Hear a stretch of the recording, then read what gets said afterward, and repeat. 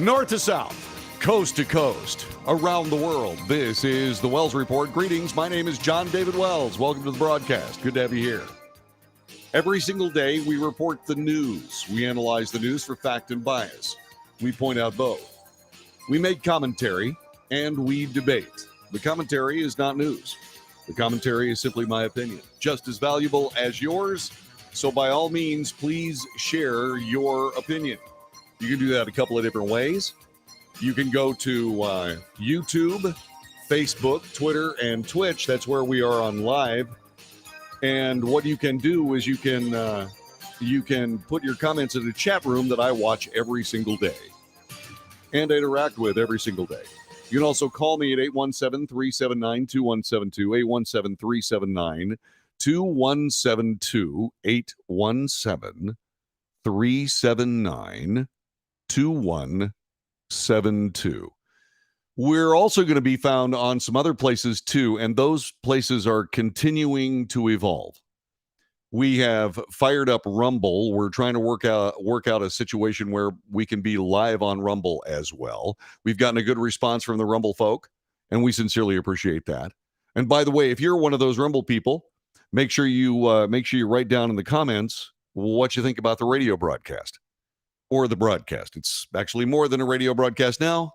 It is worldwide on the interweb. Yeah.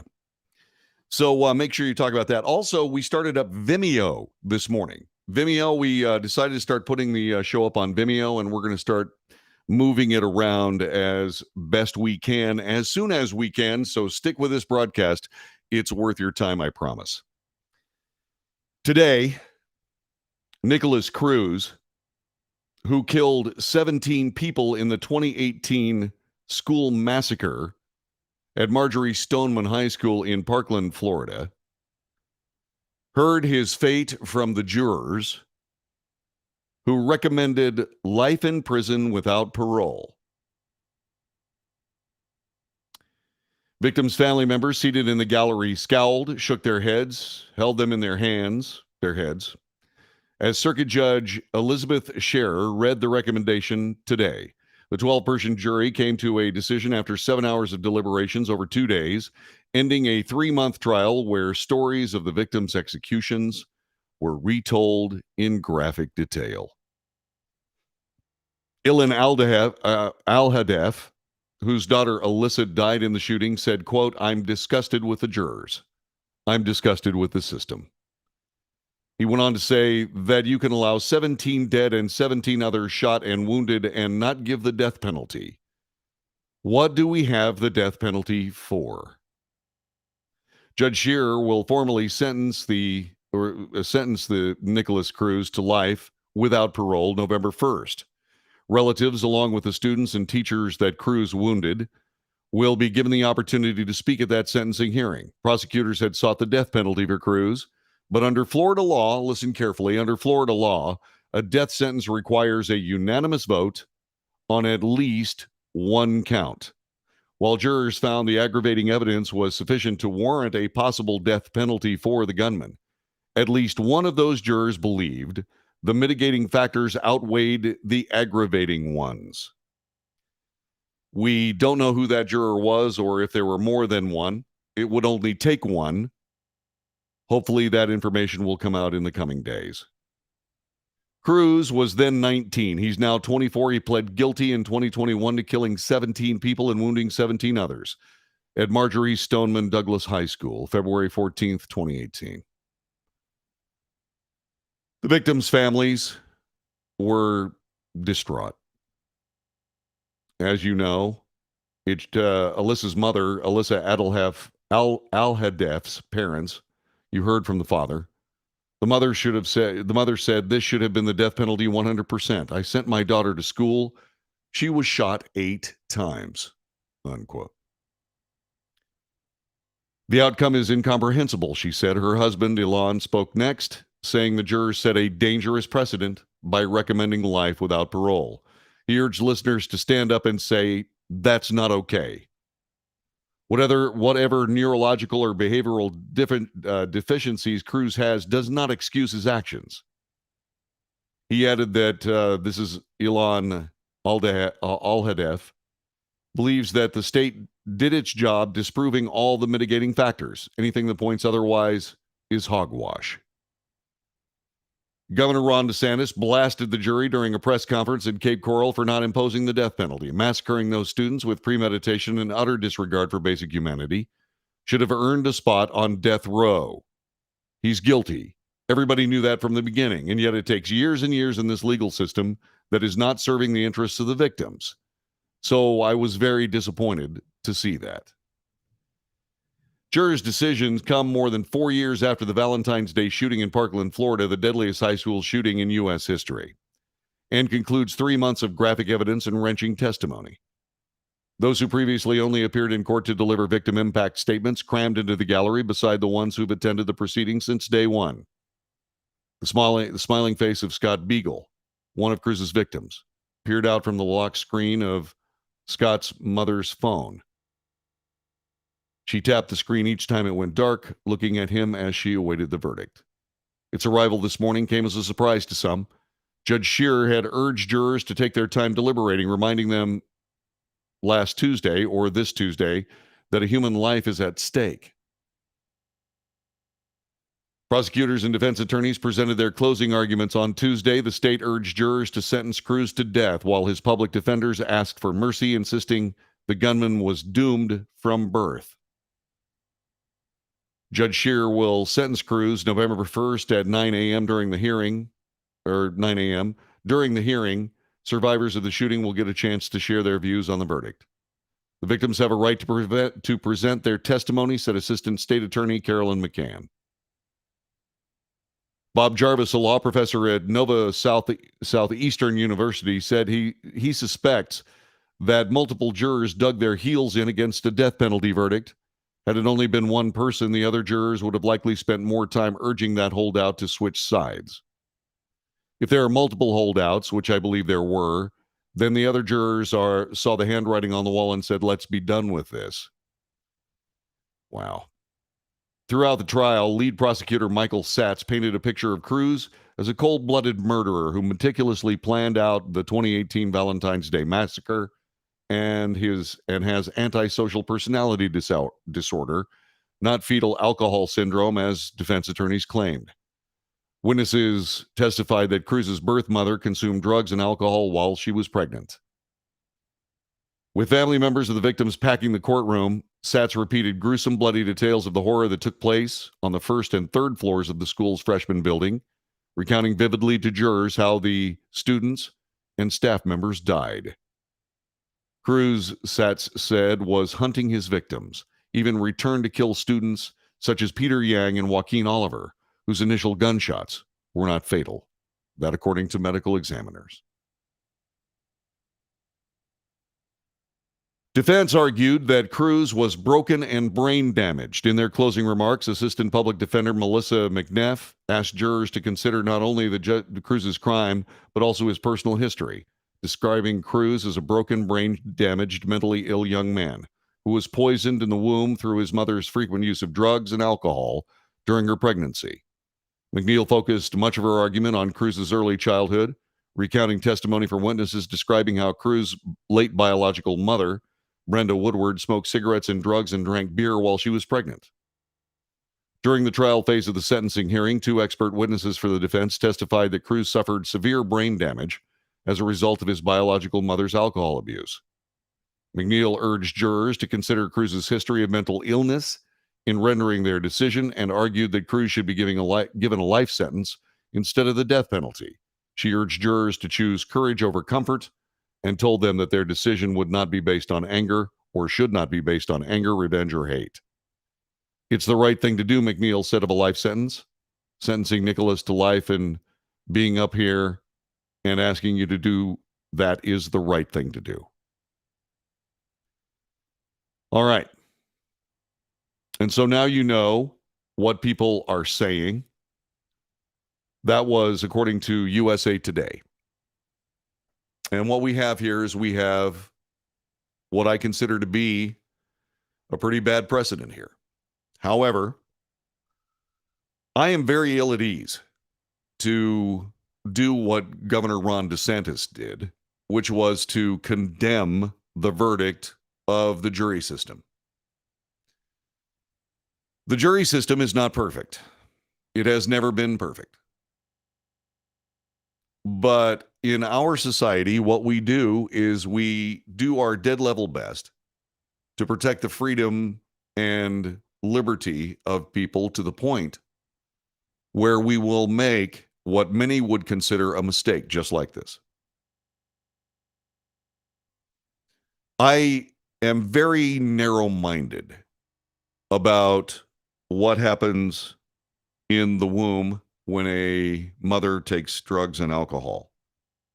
The placenta is an amazing organ that sifts and and filters out most of that stuff. And all I can say is that there are times when madness should be punished too. Now, I wasn't sitting in that jury box. But I happen to believe that the role of the death penalty in American society is to ensure that someone worthy of it never has an opportunity to mangle society or the people living in it again. There is one sure way to make that happen, and that is a death penalty. I have to be perfectly honest with you. People that are capable of the premeditated thought apparently in play here are not nuts enough to avoid the death penalty. And I happen to believe that that kind of mistake is going to visit itself upon us again. And I'm concerned about it. That being said, the jury did speak. And you have to respect their work, even if you disagree with it. But I can be perfectly honest with you when I say that people who commit these heinous acts of wanton, deliberate, premeditated, horrifyingly cruel murder should, when it is absolutely abundantly known that they are the people responsible. In this case, he admitted his own guilt. It seems to me that the thing to do is to reimagine once again what the death penalty is for. The death penalty is not about vengeance. The death penalty is about removal of someone willing to destroy others for whatever reason. That's the intent of what is hard to describe as a civilized death penalty in a civilized society. There are just times when people have to go. That's the way I feel. I am not criticizing the jury, although many will, and I can see why. What I do have to say is this, is that Nicholas Cruz is one of the luckiest human beings to walk the face of the earth, and that is a damn shame. Back with more in a moment.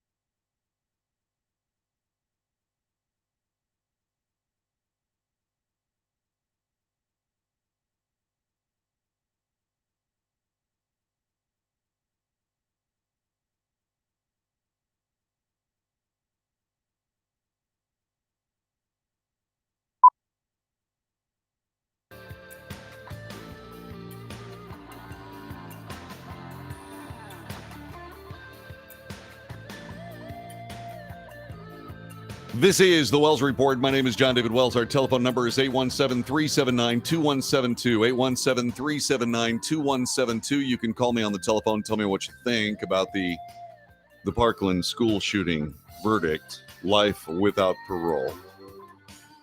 That happened today. And so what do you think about that? You can also go to the chat room.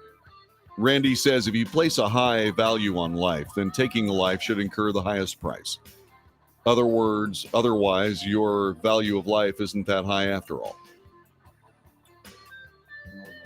This is a more difficult circumstance than you might think. John Adams, who was our second president and one of the people responsible for the United States of America from its inception, believed that nothing, the state should not be able to do anything to someone that was irreversible. I disagree, because I understand the reason for the death penalty. And the reason for the death penalty, like I said just a moment ago, is to rid society of someone who would slaughter members of that society for heinous, premeditated, evil, cruel reasons. And that is all. And yes, that does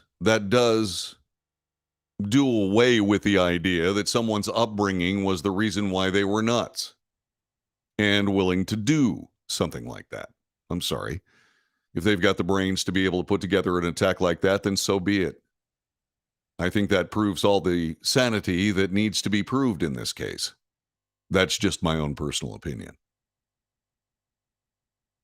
However, there are people that do not believe in the death penalty, and I suspect some of them were on this jury in this particular case. I suspect that there are people that are just not willing, as John Adams, just simply not willing to dole out a death penalty.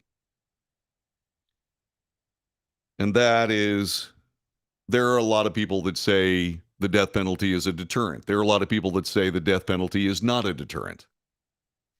I happen to believe the death penalty is a strong deterrent. And I happen to believe that waiting 5 years after somebody admits to the shooting to find out what the fate of that person is going to be it invites further attacks of this nature. It does. Now, I believe in life without parole. If there is any ambiguity whatsoever regarding the death of somebody at the hands of someone else, then life without parole. But if you have somebody who does somebody in dead to rights, and there is no doubt, that's what the death penalty is for. And that's what should happen. And it shouldn't take 5 years just to find out whether the person is going to be put to death. The trial should be swift. The sentence should be just. There should be an appeal. And then the sentence should be carried out. And I'm thinking you could get all that done in less than 180 days. People need to understand that when they go into a school with a gun, they're going to die. One way or another. They are simply going to die. And society has to be strong enough to hold up our end of the bargain.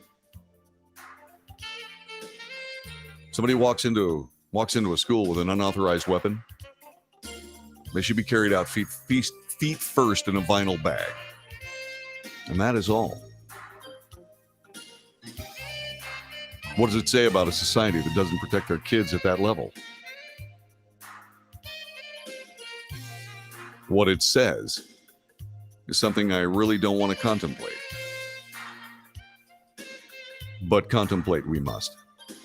This is the Wells Report. We'll be back with more coming up in just a couple of moments. Thanks very much for joining us on this Thursday edition of this broadcast.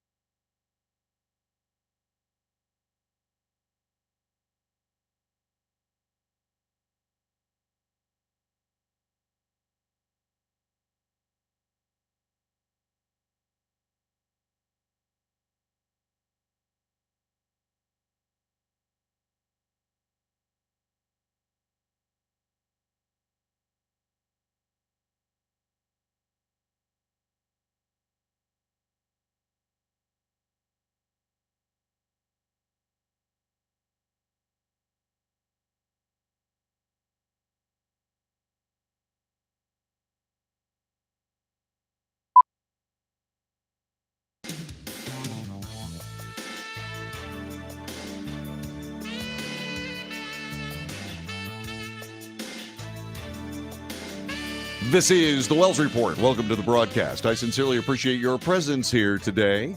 I would like you to help us out if you don't mind. Please subscribe to this broadcast on whatever platform you are on. Whether it's YouTube, Facebook, Twitter, Twitch, whether it's Venmo, whether it's Rumble, no matter where it is, please subscribe to it. And if you find any kind of value in this broadcast, please share it with your friends. Share the broadcast with your friends. It would help me immeasurably. There is something else you can do if you want to throw money at this project, because I assure you it's independent. And I assure you that that this is being subsidized by the Wells family.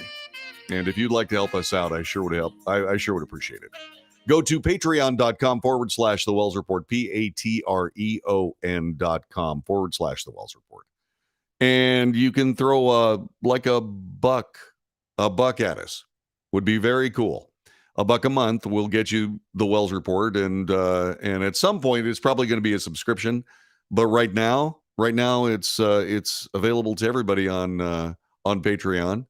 But if you'd like to put your money where my mouth is for whatever reason, please do. Thank you very much for your thoughts. Once again, patreon.com/The Wells Report, and hunt around and they'll show you how to do it. Thanks. A 911 call came to the police department in Bristol, Connecticut. Bristol's 80 miles northeast of New York City. It happened at 10:29. Someone on the phone reported a possible domestic incident between two siblings. Police officers were dispatched. When they arrived, the suspect, Nicholas Brutcher, Brutcher, was standing outside his home on the Redstone Hill Road and began shooting at the police officers.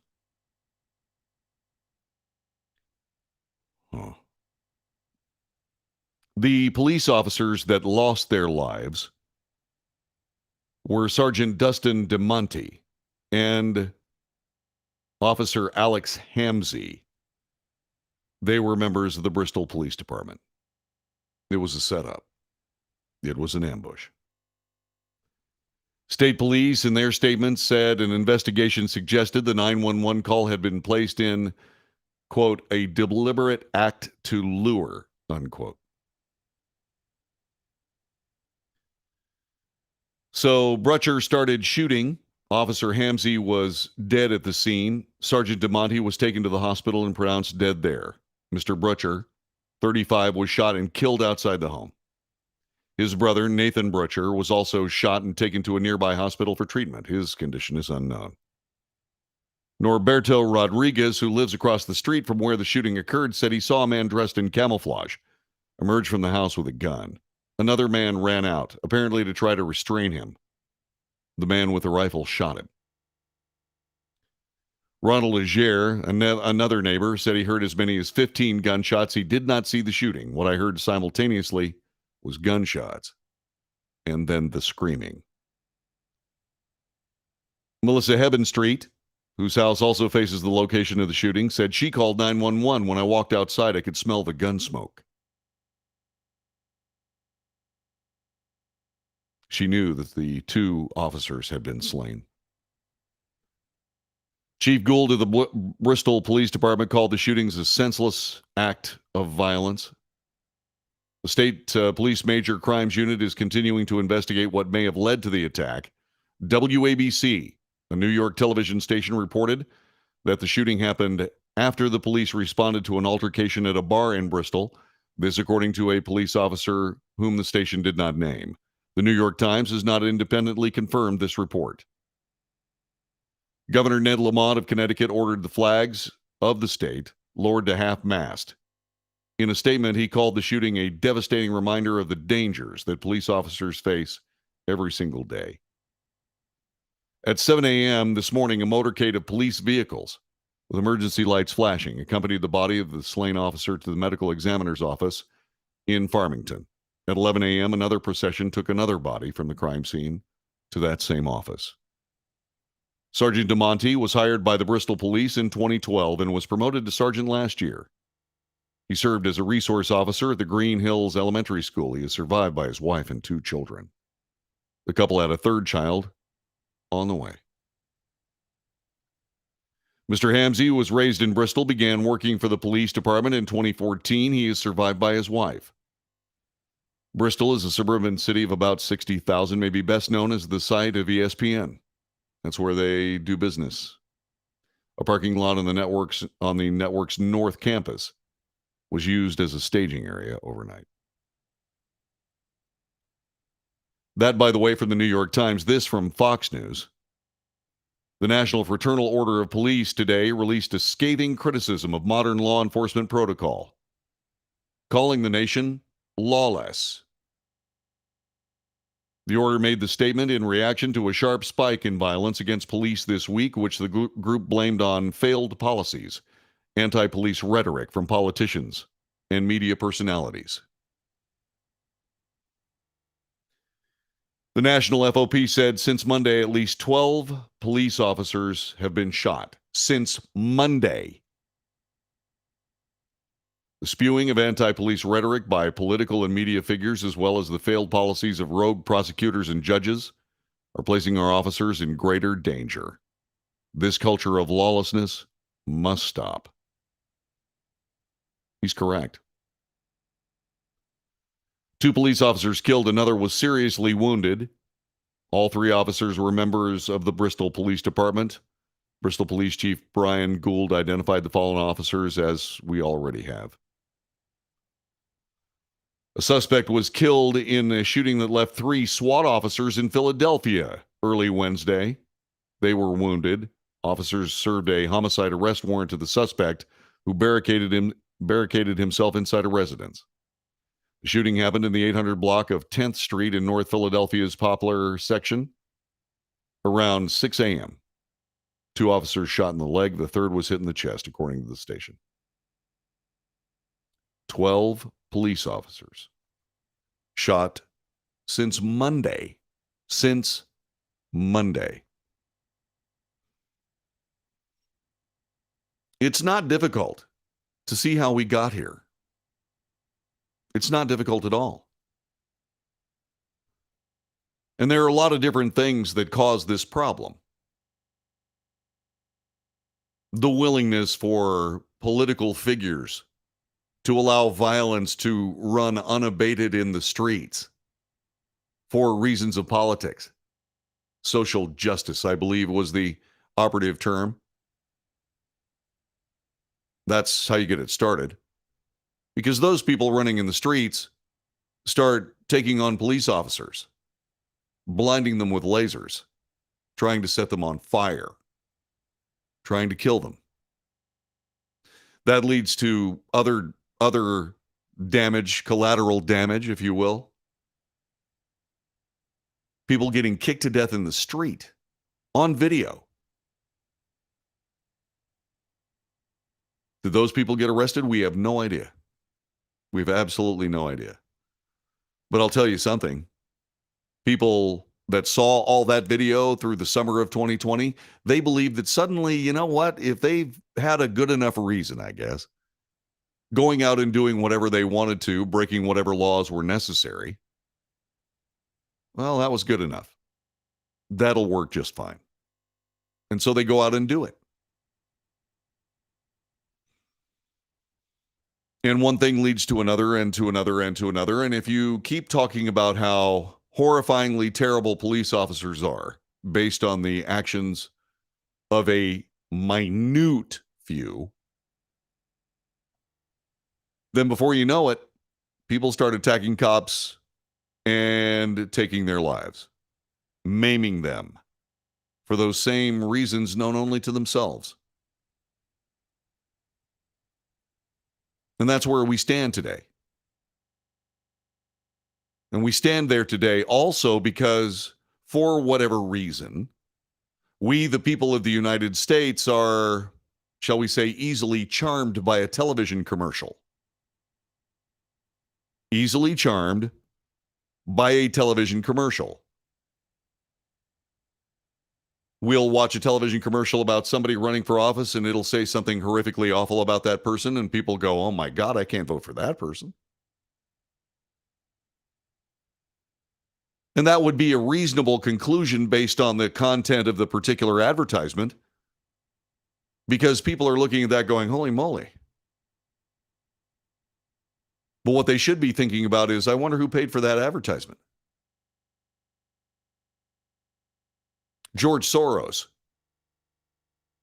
was able to elect a whole bunch of progressive district attorneys that, again, take the work of law enforcement, district attorneys, and so on, and set it aside, that investigating people, police officers, not district attorneys, that's them.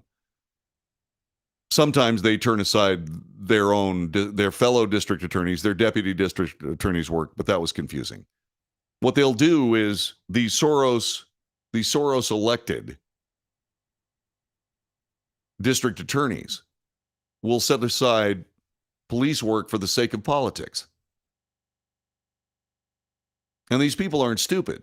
They're sitting in jail talking to their public defender saying, hey man, we got to get this trial underway because they might recall this DA and I might get into big trouble.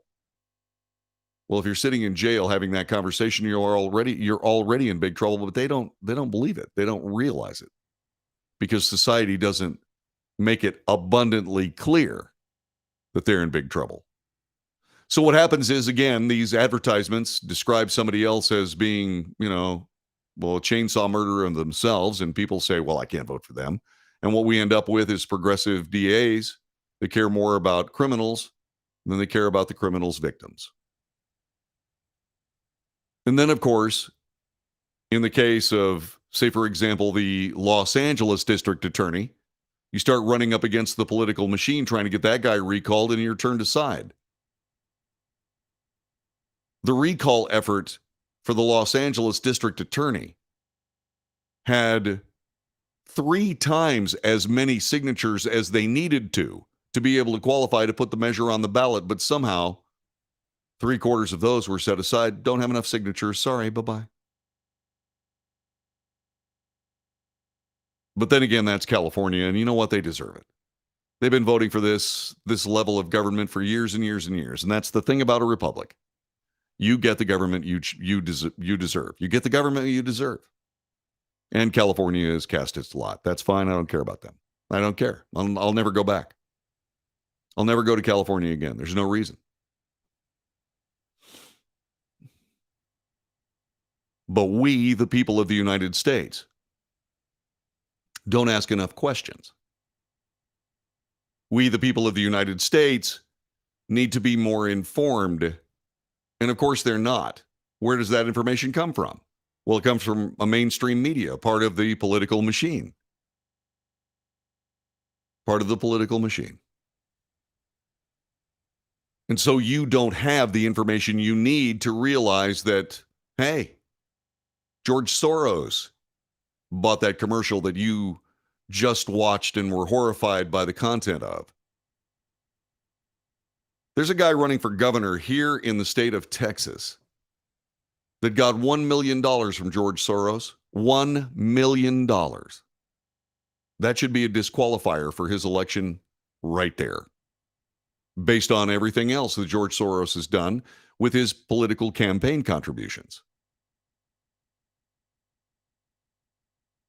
As soon as the people of the United States realize that there is somebody like George Soros out there, and there are others, whoever is being funded by those people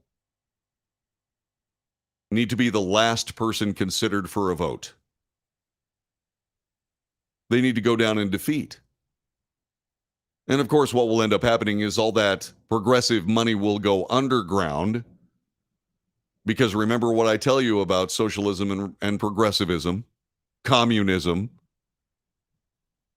None of that political ideology can function without dishonesty. And yet we fall for it every time. You are listening to the Wells Report. My name is John David Wells. You got to do better You got to do better work with this. You have to do better work when you start voting for people. And you also, by the way, have to listen to news that actually is news, as opposed to news that is nothing more than progressive socialist propaganda. And once again, just as I said about California, the good thing about a republic is you get the government that you deserve. You voted into office yourself. And we are going down the wrong road.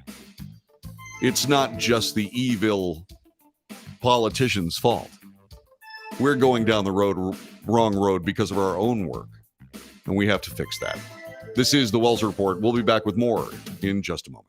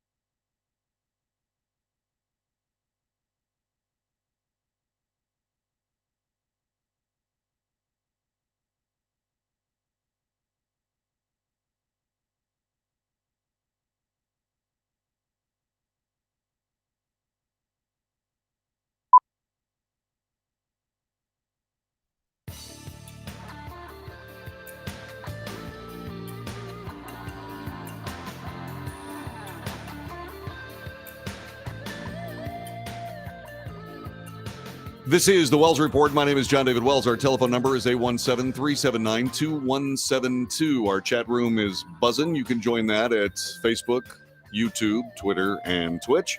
This broadcast will be put up for podcast a little bit later on. Broadcast podcast. I just realized that. Anyway, it'll be put up a little bit later on Patreon, also on Vimeo and Rumble. So by all means, whatever you do, keep your eyes open for the broadcast just about everywhere. One of the things that Ronald Reagan said that was so true is the people in the United States will vote for you with their feet.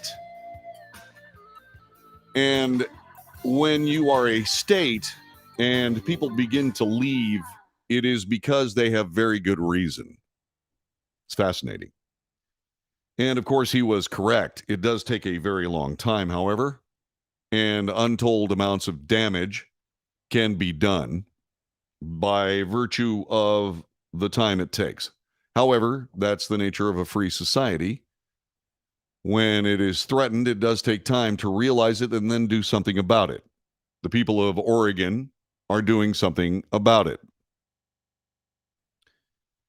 So there is a group of people that will be trying to change the map of the United States. Rural Oregonians, fed up with the state's liberal politics, want to move to Idaho. This reported by Fox News. Well, actually, what they want to do is they want to have Idaho move to them.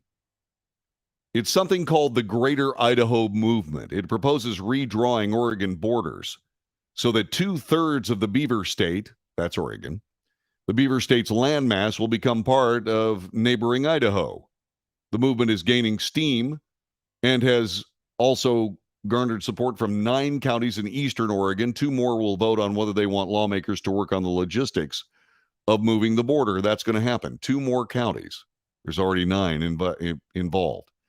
It makes more sense for eastern Oregonians to get their state-level governance coming from Idaho, where they share values, share culture, share politics, than it does to be governed by western Oregon. If you look at the electoral map, the problem Greater Idaho seeks to remedy is clear. By land size, Oregon appears conservative. Most of the state is conservative. There are only 11 counties that are liberal or progressive. 80% in the counties voted for President Donald Trump in the 2020 election. Population centers of Portland, Eugene, and Bend, however, have made this state one of the most liberal in the country. It's always been a problem because the West has so many more voters. They have the numbers to dictate what happens statewide. An urban-rural divide is nothing new, but Eastern Oregonians said it's unique because the state borders on another state that has almost the same values. All told, Idaho voted 63.9% for Trump and just 33.1% for President Biden in the last presidential election.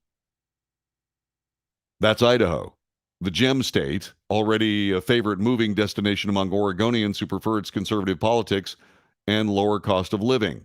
Makes sense, doesn't it? The group envisions 15 whole counties and 2 partial counties to join Greater Idaho. 9 Oregon counties have already voted in favor of moving forward with the idea. 2 more will cast their ballots in 26 days. If approved, the Morrow County measure will require commissioners to meet 3 times per year to discuss how best to promote their county's interests in any negotiations regarding the relocation of the Oregon-Idaho state border. The Wheeler County measure would direct the local officers to ask the state to proceed with plans to move their border. Preliminary maps proposed include the entire southern portion of the state reaching the Pacific Ocean, but supporters redrew that map after residents of 2 southwestern Oregon counties voted only 47 and 49% in favor of the measure. Our whole core principle is that people deserve to have the kind of government they want and that shares their values. We don't want to be dragging anybody into something that they don't want. Even if all 17 counties approve the proposal, actually creating Greater Idaho would face big bureaucratic hurdles. The state legislatures of both Idaho and Oregon would have to sign off on the plan, as would the U.S. Congress. State boundaries have changed before. Maine seceded from Massachusetts in 1820. North and South Dakota were simply the territory of Dakota before 1889. Oregon's border with Washington was fluid until the late 1950s, when the states agreed on specific geographic coordinates as the border rather than the center of the Columbia River, which changes regarding flooding, erosion, and other factors. There don't appear to be any examples of a large chunk of one state breaking off to join another instead of just creating a new state like the State of Jefferson movement, which proposed creating a new territory out of southern Oregon and northern California. And that's something that could happen as well. Lawmakers in Oregon haven't said much about the proposal, but their counterparts in Idaho are very happy about the idea. This year, Idaho Representative Barbara Earhart introduced a resolution stating that the representatives would continue discussions regarding moving the border. The resolution notes that Oregon has resources that would be highly beneficial to Idaho, including lumber, minerals, and water. So there you go. So that's what happens when you screw around with the state to the point where the people finally say, you know what, why do I live here? It's one of the reasons why I will never, ever leave Texas, because we don't deal with that stuff well here. This is the Wells Report. Hour number 1 in the books. Hour number 2 is coming up. All righty then. Thanks very much for being here with us today on this Thursday. Sure happy you're here. Stay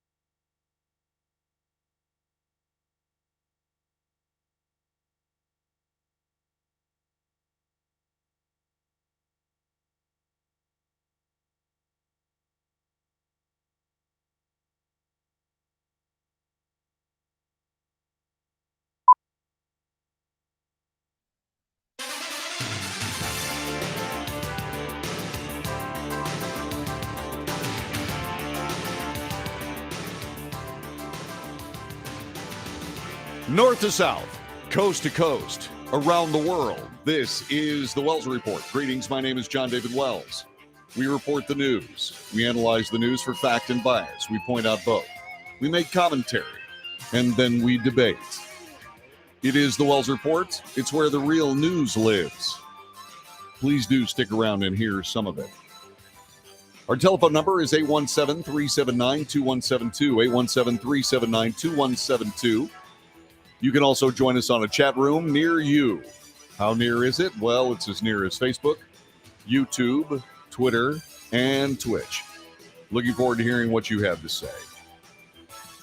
The theoretical final hearing of the January 6th committee to determine exactly what happened on January 6th. It's a select committee, which means that it's a completely political show of what is, for all intents and purposes, one party that has essentially congealed itself into a lynch mob. They have had their final hearing, theoretically, but they may indeed have another because the House Select Committee investigating the January 6th, 2021 attack, colloquially known as the January 6th Committee, voted today to issue a subpoena to former President Donald Trump for testimony and documents, a move that marked a significant escalation of the panel's probe.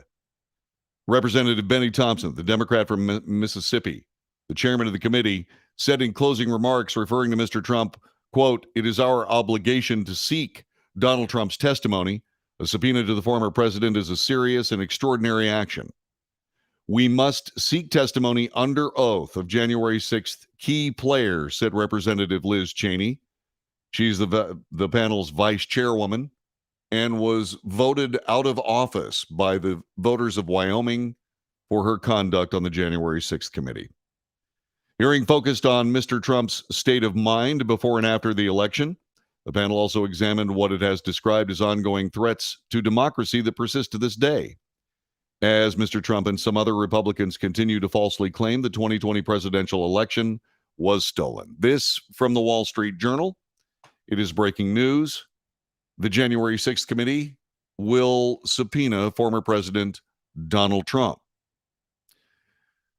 I want to make something very clear. I have not covered the January 6th committee.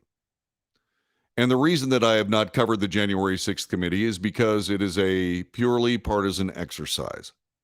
It is so partisan that even one of its stalwart members, Gerald Nadler, the bomb-throwing leftist Democrat representative from New York, said that the legitimacy of our proceedings will be badly damaged forever by denying President Trump due process and an opportunity to tell his side of the story. But that's not what this committee is about. This committee is not about trying to find out what happened on January 6th. This committee is all about trying to destroy Donald Trump. For that reason, I made the decision to not cover the ramblings and delirium of a lynch mob. I wish it hadn't happened. I wish it had not happened. I wish that there had been a fair process. I wish that the president would have had due process of law instead of the process of what is partisan politics. Had that happened, I would have gladly covered every single day. I've done that before.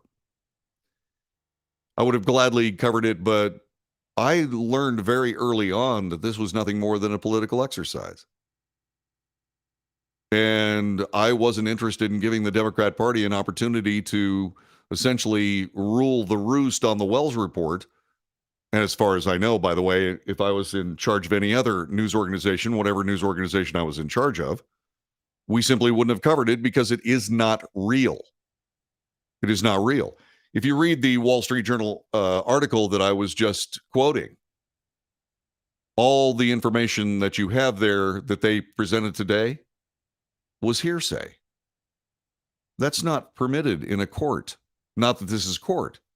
Like I said, this is a partisan political ramble.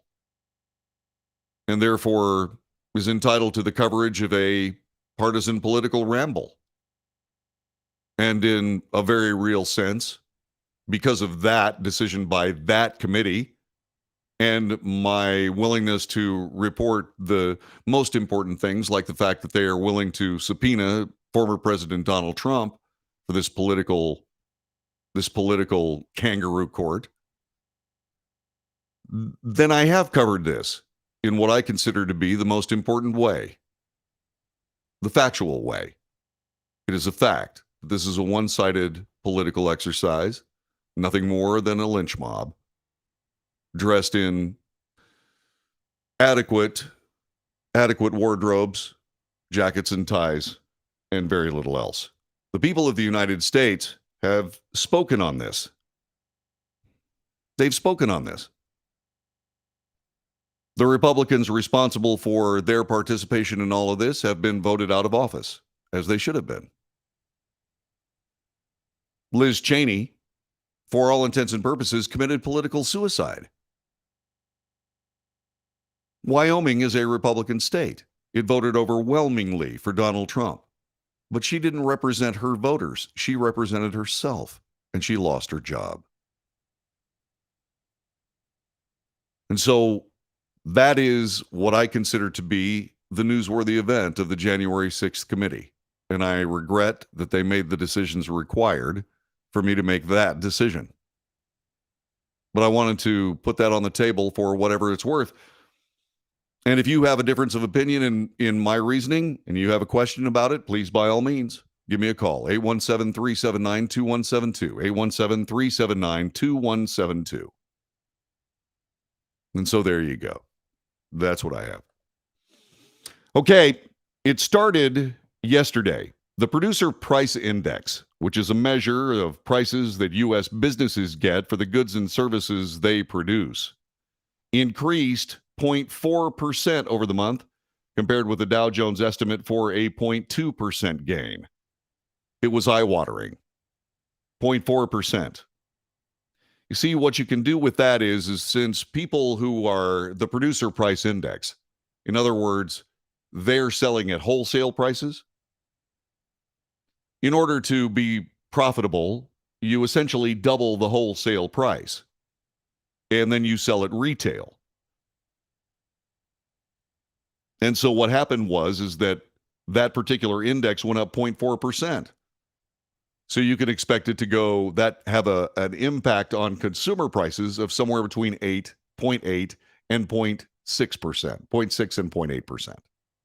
You can expect there to be a markup because there already is. There always is. In a 12-month basis, the Producer Price Index has risen 8.5%. 8.5%. Excluding food, energy, and trade services, the index increased 0.4% for the month and 5.6% from a year ago. Whoa. These are wholesale prices.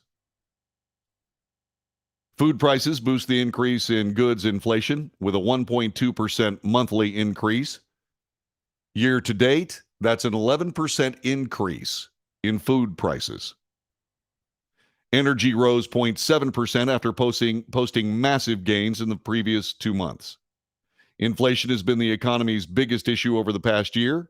The cost of living is running at its highest level in more than 40 years, which brings us to the Consumer Price Index, which was announced today.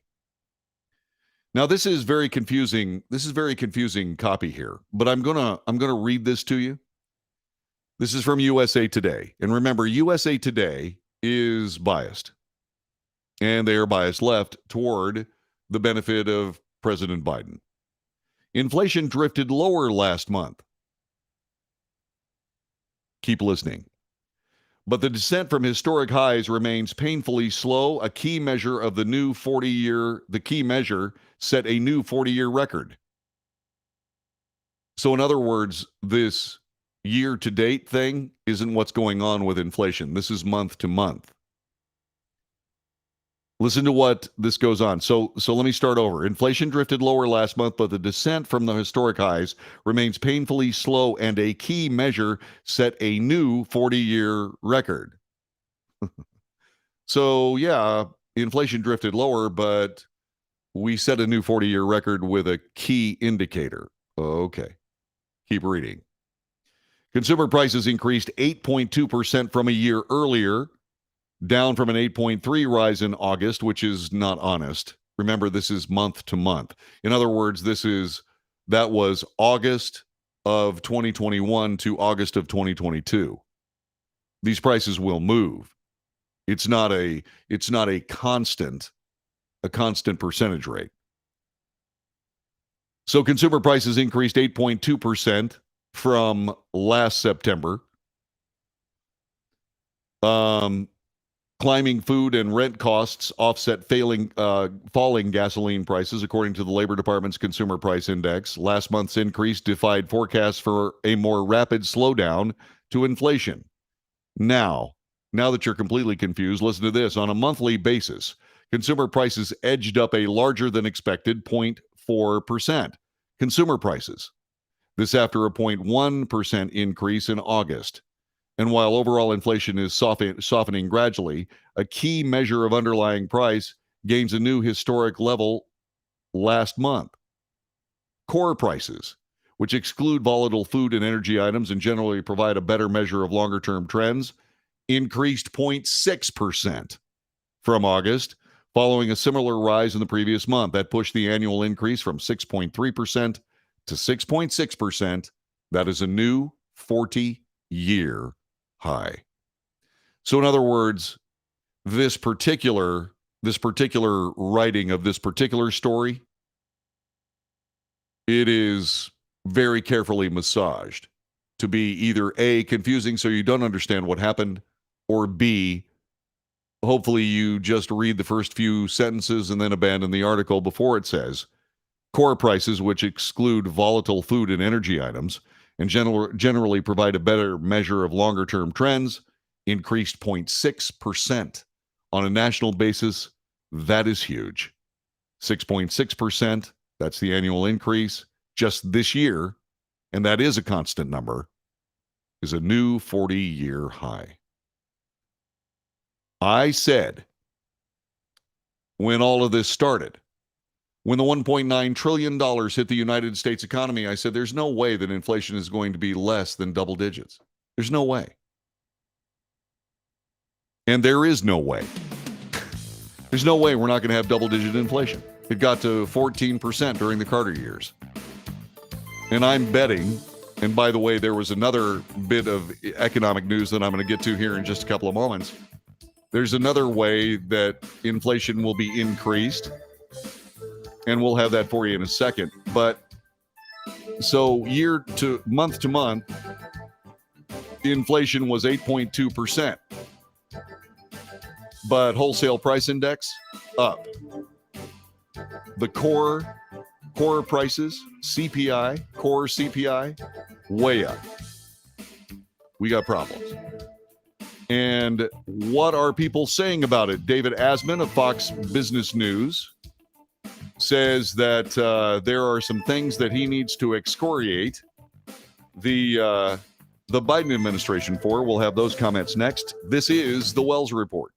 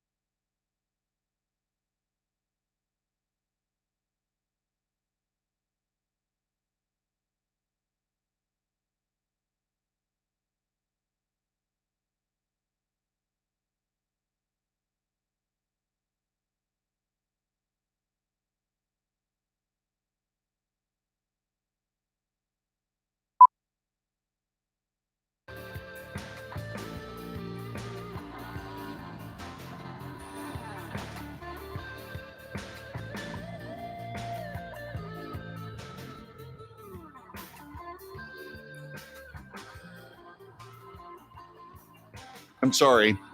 I'm replying to somebody on the chat room. I'm going to recap it for you.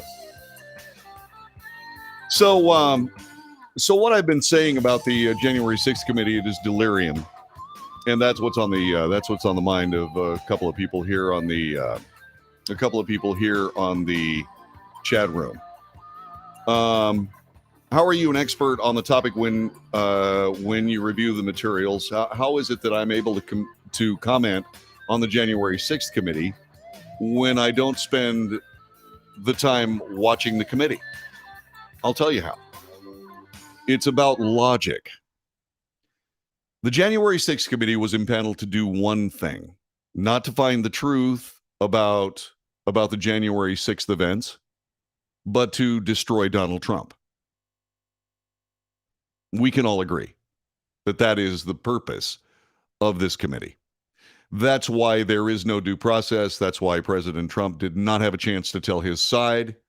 That is why the committee was absolutely refused to have Republicans that were willing to get in there toe-to-toe with the Democrats and tell the story from Donald Trump's point of view.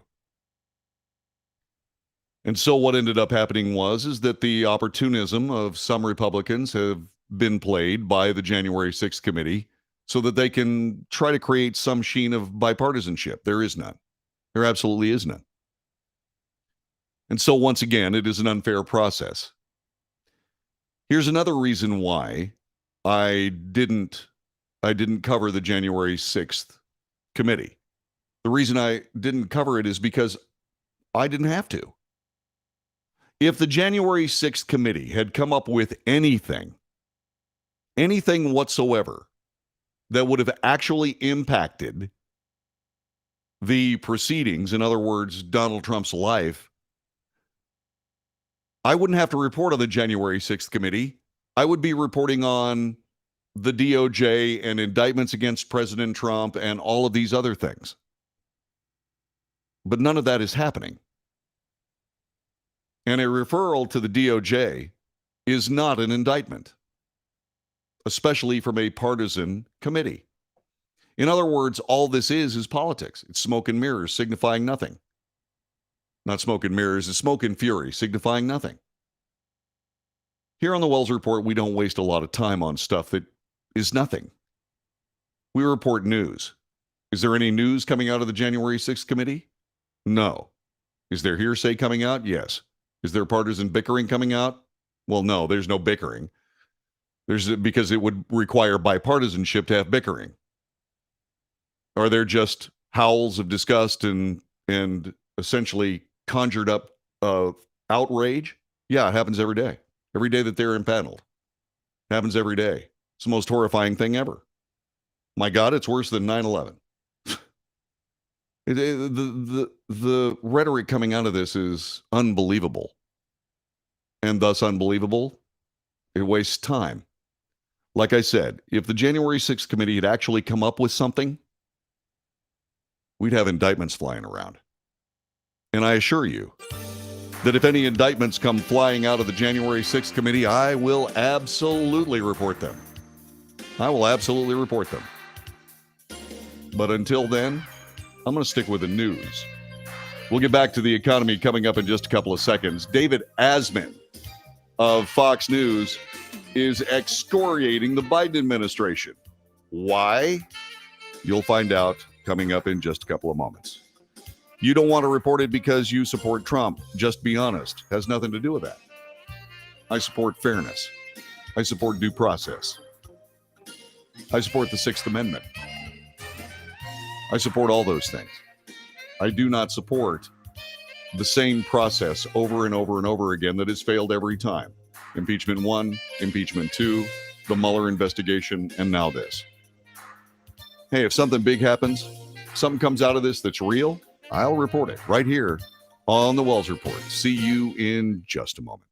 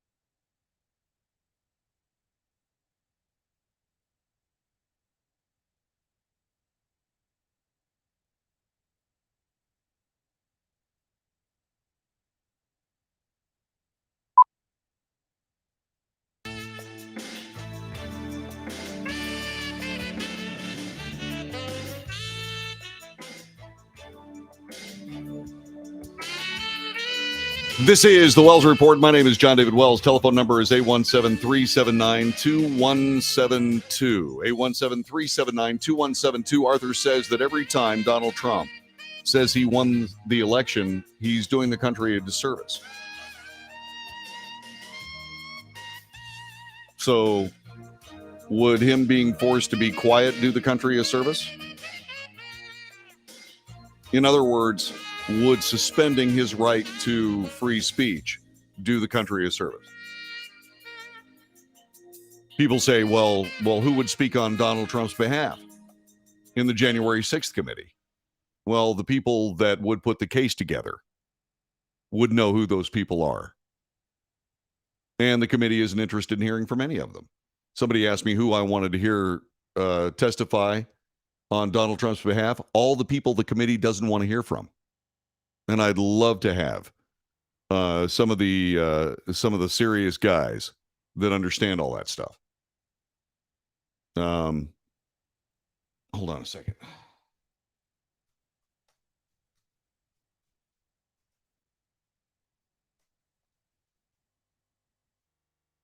Hold on, I'm doing something here. Yeah. Jim Jordan. I'd like to hear Jim Jordan essentially be the defense attorney in that gigantic mess, and he was turned aside by the committee because they didn't want to hear from him. He's too effective. So on and so on. I also would love to hear, I'd love to take apart the Republicans like Mike McCarthy, like Mitch McConnell, who essentially have played right into the hands of the January 6th committee. It had to be on purpose. Those Republicans need to be held account by the people of the United States. And that's the point of all of this. That's the point of all of this. Are you listening to me, Langston? I said as a defense attorney in this proceeding. You got to listen, man. So here's the situation, and I've got to move on here. I got to talk about the economy. All right? Donald Trump has had no due process. It is so egregious. It is so egregious that even Gerald Nadler of New York, a Democrat bomb thrower, said that was the case. And he was trying to get the committee to allow Donald Trump to have his people. Wouldn't let it happen. Nobody was able to question any of these people. Well, now, wait a minute. We had Jared and we had Ivanka. They all testified. Yeah, they were subpoenaed. They could testify to things that weren't of a criminal nature, and they did. But what of that testimony have you actually heard, and what of that testimony have you not heard? See, that's the problem with all this. This is all one-sided. All of the video that you've seen has been edited to prove the Democrat side of this particular committee's report. It's all been edited. Every deposition has been edited. Everything. What ends up happening is that in a real proceeding where things are actually fair, everybody takes a look at the same evidence and they present their cases. Not allowed in this case. Therefore, it's a lynch mob. It's a lynch mob. Give me a name. You cannot name one person that would speak out on Donald Trump's behalf. Rudy Giuliani would. Rudy Giuliani would. I'd love to hear Rudy Giuliani actually be the defense attorney on all this because he's actually an attorney. The rest of these people are political goofs. Okay? And so the other thing that and he said, well, Rudy Giuliani had to plead the fifth. Well, he pled the fifth. He had to. Once again, this is not a court of law. He wouldn't have to plead the fifth in a court of law. In a court of law, what would end up happening is that he would actually have an opportunity to be cross-examined and to cross-examine. Part of me wishes that this would get into a real courtroom, because all of this would get blown right out of the water. Every shred of hearsay evidence. Well, I heard that he said this, and I heard that he said that. Gone. Absolutely gone right off the bat. Where is the January 6th committee with their case after that? Okay. Don Pepper says, how about Sidney Powell? You see, if he is, and this is the point that I'm trying to make, President Trump hasn't been charged by anybody.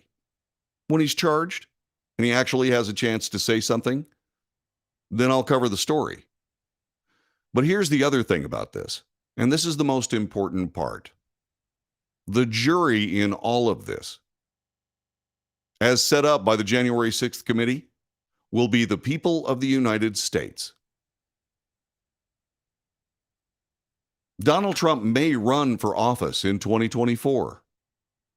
The people of the United States will weigh in then on the January 6th committee report. That's what will happen. By the way, there is a Republican movement to come up with their own January 6th report. I can hardly wait to read it. So the simple case of the matter is this. The people of the United States will determine whether Trump is guilty or not by virtue of their votes should he run in 2024. If he doesn't run in 2024, I'm going to take that into consideration. Why didn't he run? Was there something out there that was damaging enough to keep him from running? Because 2024 is the only opportunity that Donald Trump is going to be able to plead his case. And he's going to plead his case before the biggest jury of all, the voters of the United States of America. And I'll let it rest with them, just like we should, just like the framers of this nation intended presidents to be chosen. If the people of the United States find Donald Trump wanting, they won't elect him. And that'll be fine. Just like this. I'll give you something else. In this election, in 26 days, there are 300 people who say the 2020 election was flawed. How many of them will win? If none of them do, Donald Trump's in trouble for 2024. But what if they all win?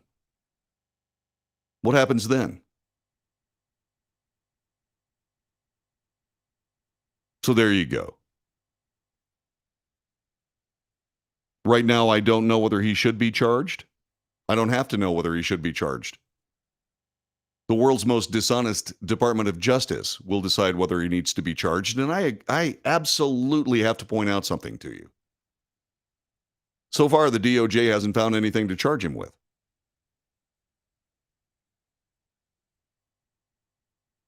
Or they would have charged him with it.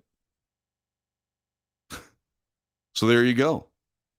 Like I said, when Donald Trump is given the opportunity by law to have due process, by all means, I will be covering it. So far, nothing's come out of the committee to propel that indictment process forward. Therefore, there's nothing legal to discuss. It's only politics. And that's just the shrill cry of people afraid of Donald Trump. And I'm okay with that. That's the way it looks like to me. Okay? Elections are not a courtroom. Of course they are, Arthur. They're the definitive courtroom in political matters. Thomas Jefferson said only the people of the United States know who the president should be. Only the people of the United States. Politicians they don't have any idea who the president should be, although they try. The people of the United States are the definitive voice in this nation. Remember the Constitution? We the people? Yeah. I don't think he will testify. There's no reason for him to. And once again, you've got this political mishmash where you have a bunch of people that hate your guts and want to prove that you're the biggest jerk in the history of the world, asking you questions under oath. It's a perjury trap. And the only way to save yourself from a perjury trap is to say, I'm not testifying. And you do it with the Fifth Amendment. That's called due process. And that's okay. And so, okay, Patrick Henry stated an ambitious man could easily influence others to gain more power. Of course he could. Of course he could. That's the way it is. I told you months ago, Trump will be indicted and will go to jail. We will see. I will report it on this broadcast if it happens. Absolutely. And by the way, if he's in a courtroom where there is due process, I absolutely will be watching and hanging on every single word. I want to see justice against the corrupt politicians that are spewing their lies. There you go. Tell the truth. Yeah, tell the truth. That's what works. Yeah, except of course, you have to run the truth through a partisan Democrat lens. And you want to see what that looks like? Let's take a look at anything having to do with the Biden family. Okay? Anything. How fair is that? The answer is it's not. It's not. But you'll also note that I don't spend a lot of time talking about the evil Hunter Biden. Because anybody can say anything. And I haven't talked about Hunter Biden. I haven't covered that story. I haven't. And the reason I haven't covered it is because it hasn't gone anywhere yet. The only thing that I've said about Hunter Biden is, okay, if we are going to apply the same rules to Donald Trump that we now will apply to President Biden and his family, just like they did with President Trump, fine. I want to see that happen. And believe me, the Democrat Party has put a whole bunch of precedents on the table for that. Every single bit of it. I want to see all the people that have advised President Biden on all matters, especially his doctors. I want them to testify under oath before some sort of congressional committee. You know what? I bet you they don't say anything either. Exactly. Margie says it the best. There's too much corruption in both parties. Correct. Whose fault is that? Our fault. We keep electing the wrong people. Hunter Biden didn't steal top secret documents. How do you know Donald Trump stole top secret documents? They're his documents. And once again, we haven't gotten into court to determine what the limits of presidential executive power are. You're making the same kind of accusation the January 6th committee is making. I'm not interested. I'm interested in facts. Donald Trump hasn't stolen top secret documents. And until somebody in a court of law says, hey, he's stolen top secret documents, I'm not going to entertain it. Just like I'm not entertaining what's on the Hunter Biden laptop. There are things that I have reported about the Hunter Biden laptop. For example, there is him testifying against himself on video about committing felonies. Okay, you can't really turn away from that, can you? But as far as the political implications of Hunter Biden and Jim Biden and Joe Biden, what have I talked about? Have I gotten into the scurrilous baloney about presidential deal making? No. Have I reported anything that did not have an absolute legal, through the Justice Department, through the justice system? Have I reported on anything that was alleged as being true? No.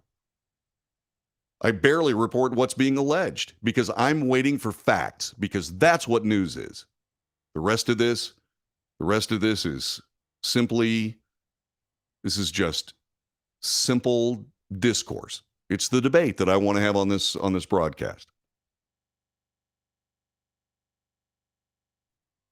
I'm covering news, Isaac, not just Trump. I'm glad you enjoyed the dialogue. That's what this is for. I talked about Hunter all week. No, I talked about the news all week. If it included Hunter Biden, I talked about it. There is news about Hunter Biden. There is news about Donald Trump. I talked about it. And I will continue to talk about it. But when it's news, not when it's some politician running off at the mouth, or a useful idiot who listens to politicians running off at the mouth, trying to run me through the Mandy about this and that and such and so. I'm making it plain. When there's news to report regarding Donald Trump, I'll report it. But this political delirium, for all intents and purposes, we wasted about 16 minutes. I'll get back on track regardless of whatever happens next. I'm going to get back on track with this economy that I've been trying to talk about here for the last 16 minutes. But what I want you to do is I want you to understand that, yeah, you can call me on the telephone and you can take me to task for the decisions I make. You can, and I'll explain them as I see fit. This is the Wells Report. We'll be back with more in just a moment.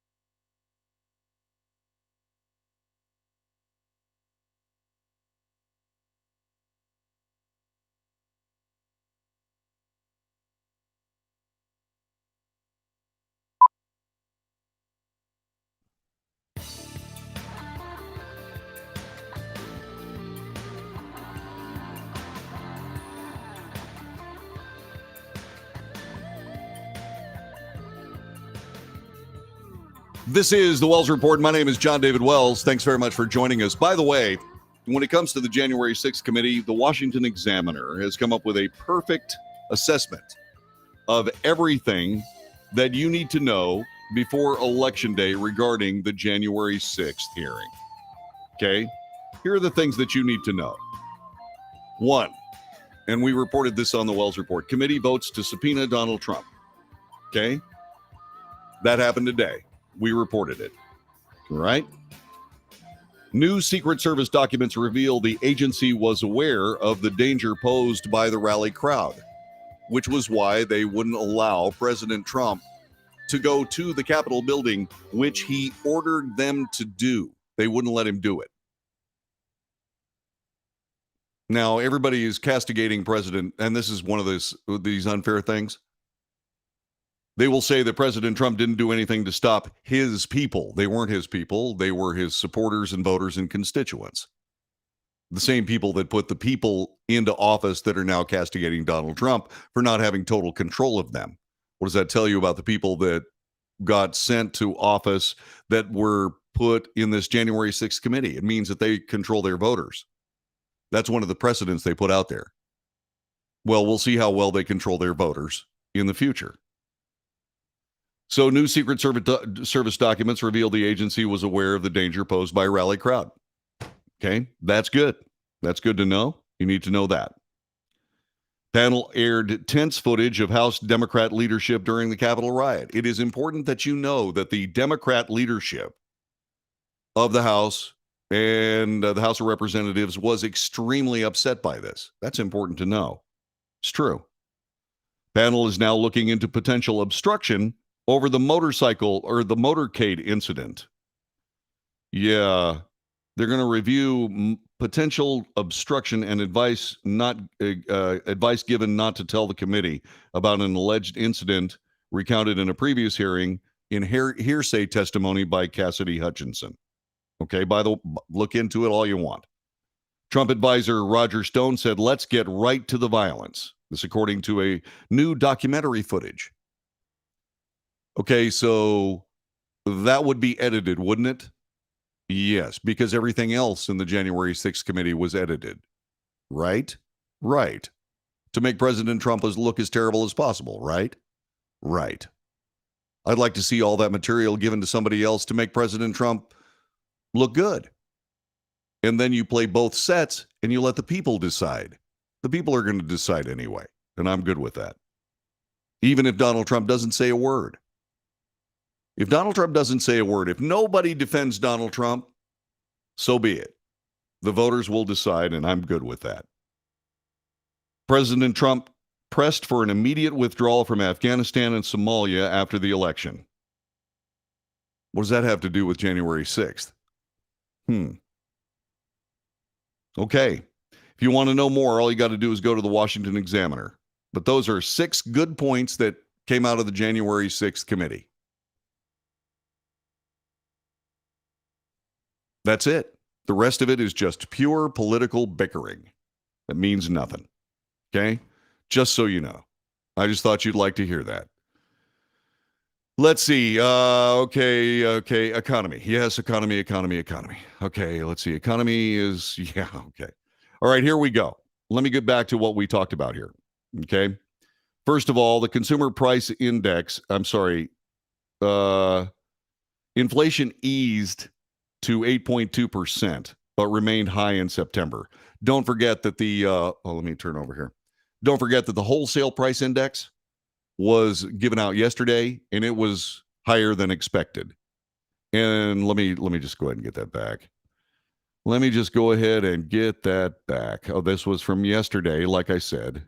Let me give that to you, and we'll just start the story over. I'm planning on doing this in the next hour anyway.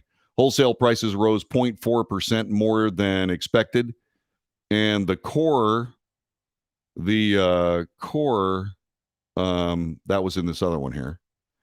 The CPI rate was 8.2% September 21 to September 22, but rose 0.4% on a monthly basis. That's how much the consumer price index rose. Core prices, which exclude food and energy items, they generally provide a better measure of long-term trends, increased 0.6%. That's bad news. Okay. So what this all adds up to is something that was talked about by David Asman. Grocery prices are up 11.2% from 1 year ago. 1 year ago. 11.2%. Gasoline prices are on their way back up. And so what's going to end up happening is, again, I cannot see how we don't have 9% inflation by the end of the year, and why I'm trying to figure out exactly what to do, exactly how this is going to end up. But I can't see inflation less than double digits. Kurt asks, quid pro quo?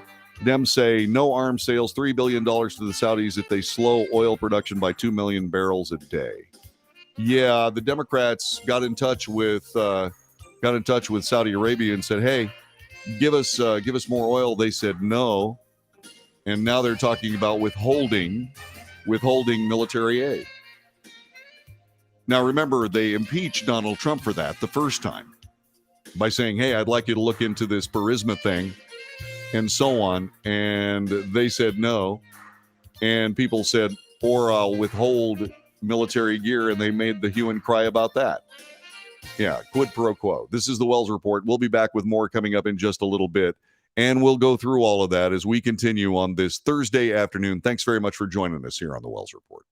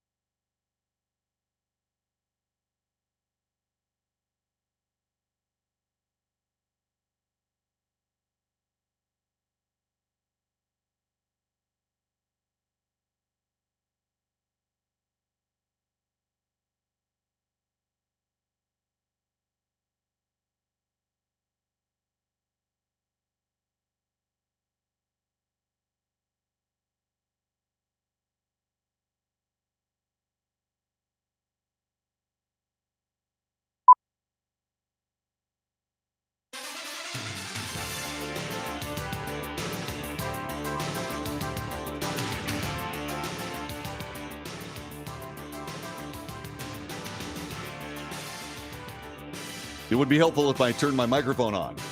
North to south, coast to coast, around the world. This is the Wells Report. My name is John David Wells. What do we do here? We report the news fairly and honestly. We analyze that news for fact and bias. We point out both.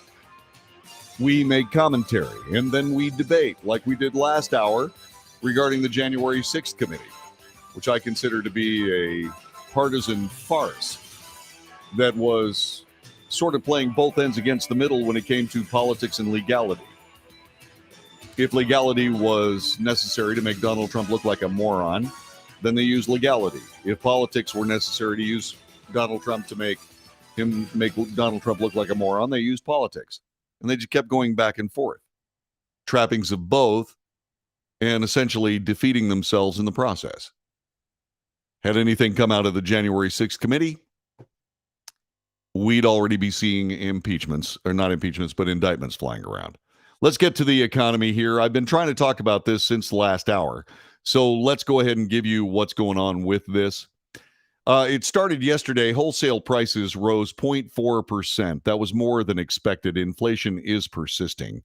Wholesale prices rose more than expected in September, despite Federal Reserve efforts to control inflation. This, according to a report from the Bureau of Labor Statistics.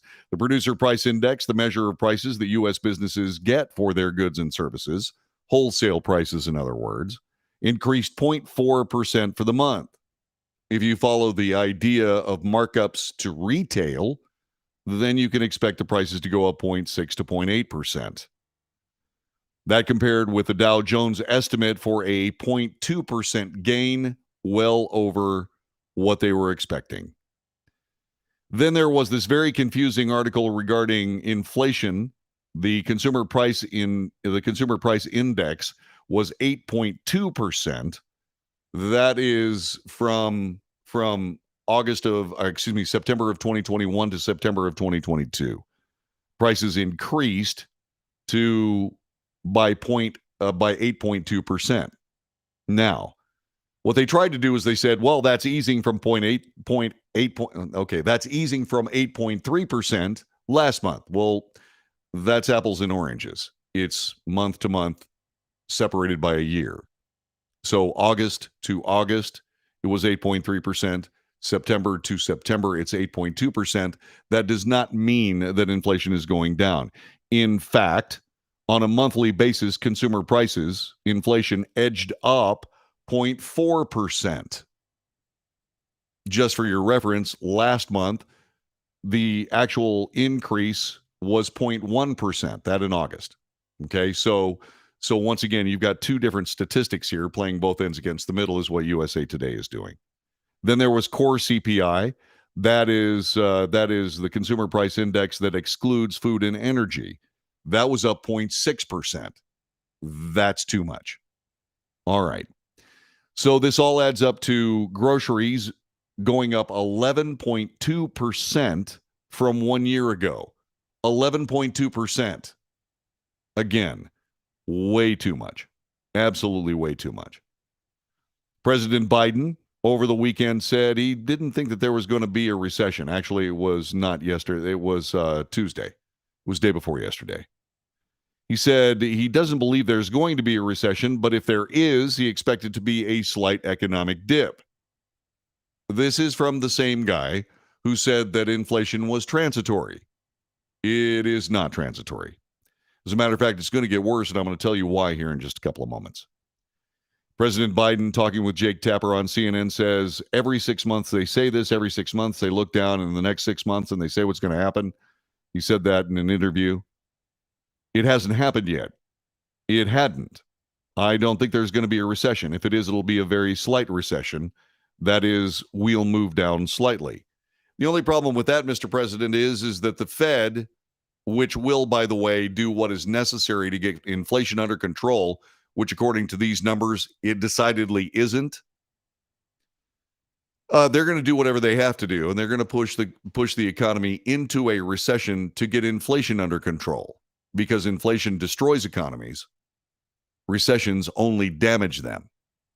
And so we're going to deal with damage in order to keep the economy from burning out. And that's what the Fed is doing. Now, I was expecting the Fed to go up, say, for example, with their next interest increase, I was expecting them to go somewhere between 0.335 base points, in other words, 0.35%, to somewhere around 0.5%, because they need to slow down these interest rate hikes, or things are going to get out of control here. But with these numbers, I fully expect them to go up another 75 basis points, or 0.75, 3/4 of another point. That will guarantee a recession that is not shallow or slight. It's going to be a recession that's going to last a couple of years. And once again, why did we get here? Well, because what we did is stop American energy production. So the price of gas went through the roof, which contributed to inflation, which was then added to with $1.9 trillion worth of money, gasoline being thrown into the economy. So in other words, the $1.9 trillion infrastructure bill immediately set inflation on its upward spiral. And that was compounded by President Biden's decision to stop harvesting American energy. And gas prices went through the roof. And they're headed back up there. And they're going to. Because instead of harvesting American energy, President Biden is now in a political situation where if he started harvesting American energy again to get control of gas prices, which he should do, he'd have to admit he was wrong. And at this particular moment, his ego is bigger than his capability. And so what he did is we went to Saudi Arabia and Venezuela and said, hey, how about pumping some more oil? Saudi said, are you kidding me? And now the president is saying, we're going to curtail your arms shipments for that. Well, okay. That leads us back to the conversation we were having at the end of last hour. They impeached President Trump for trying to create a quid pro quo, they said, with Volodymyr Zelensky of Ukraine. I want you to look into Biden. I want you to look into the Burisma deal with Hunter Biden. And they tried to turn that into a quid pro quo because, again, Volodymyr Zelensky was asking for money. And they said how terrible it was that the president was trying to withhold money and defense needs for Ukraine and so on and so forth. Well, now what they're doing is they're watching their president holding up arms shipments to the Saudis, already bought and paid for, or at least considering it, because the Saudis didn't play ball with providing energy. That's the same kind of quid pro quo they impeached President Trump over. I wonder if they're going to impeach Joe Biden. Let me think. No. This is this hypocrisy that I keep talking about. Getting back to the economy. There is something else that's afoot. And this is something that President Biden really didn't have anything to do with, but is going to impact him nonetheless and the rest of us. Social Security benefits are set to rise 8.7% next year. That's the fourth biggest increase. That is the fourth biggest increase since automatic inflation adjustments were introduced in 1975. The cost of living adjustment it's going to push Social Security outlays 8.7%. That will boost the average monthly check retirees receive by $146. That builds on last year's 5.9% COLA increase, cost of living allowance, which was the largest since 1982. Before then, the cost of living allowance increased by an average of 1.7% annually from 2010 to 2020. Okay? So what is that going to mean? That's going to mean that there are going to be hundreds of billions of more dollars in the economy, which is going to add more gasoline to the fire, and inflation is going to go up. In other words, my prediction of double-digit inflation, that's a lead pipe cinch. It'll be over 9% by the end of the year. No matter what the Fed does. It just takes months and months to be able to stop it. And they haven't done that. They haven't done that. And so here we are. Here we are in this economic mess. David Asman, as I said last hour, he's a Fox business anchor. He slammed the Biden administration's lack of action to combat inflation on the Faulkner Focus. He can't do anything about it. The only thing he could do was to stop the $1.9 trillion infrastructure bill and then allow the Keystone XL pipeline to continue and the harvesting of American energy to move forward like it was under the Trump administration. Biden was absolutely sure that all those things are wrong.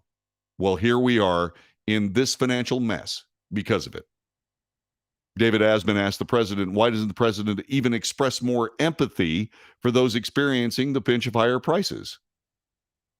Asman reacted to Jared Bernstein of the White House Council of Economic Advisors defending the administration's move to bring down inflation with food prices up 11.2% from 1 year ago. Right? Asman said this president came in as the empathetic one. Donald Trump was seen as callous. He was seen as cold. Biden was empathetic. It was not the old expression, I feel your pain from the Clinton years, but it was repeated with Joe Biden. There's so much pain now, people are spending a third of their income for food alone, where they were spending 5 years ago. They were spending maybe a tenth of their income for that. Now they've got to decide between eating meat or eating soybeans. They have to decide whether they're going to have enough milk for the kids. Where's the empathy from a president who says, I don't anticipate a recession, which is what he said the other night? Absolutely true. And so inflation, the economy, is headed for what is, without a doubt, a Democrat-induced fall and Democrat policies. Now remember, the Republican Party didn't vote for any of this. They didn't vote for any of these things. The Republican Party is blameless. The question is, what will they do about it? I would assume that they will try to push the president if indeed they take control of both the House and the Senate, and it looks pretty good at this particular moment. If they take control of the House and Senate, I expect they'll try to push the president to reverse his energy policies. Is he going to do that? Well, if he does reduce it, reverse his energy policies, he can kiss 2024 goodbye. That'll be followed up by, I am not running for re-election, which would open up things for the Democrat Party. Would also give the Democrat Party somebody that they can heap blame on so that they can call themselves innocent of all of this Biden messing with the economy and the world, which is what I foresaw when President Biden became President Biden. If everything worked out according to the progressives running the Biden administration, they'll give Biden the credit. But if things fall apart, not that he has anything to do with any of them, not that President Biden has anything to do with the policies he's talking about, if they fall apart, they'll just blame President Biden. That's why people who are trying to get elected won't allow President Biden to speak on their behalf. They're trying to distance themselves from a guy they're about to throw under the bus, which may be the cruelest cut of all. This is the Wells Report. Back with more in just a moment.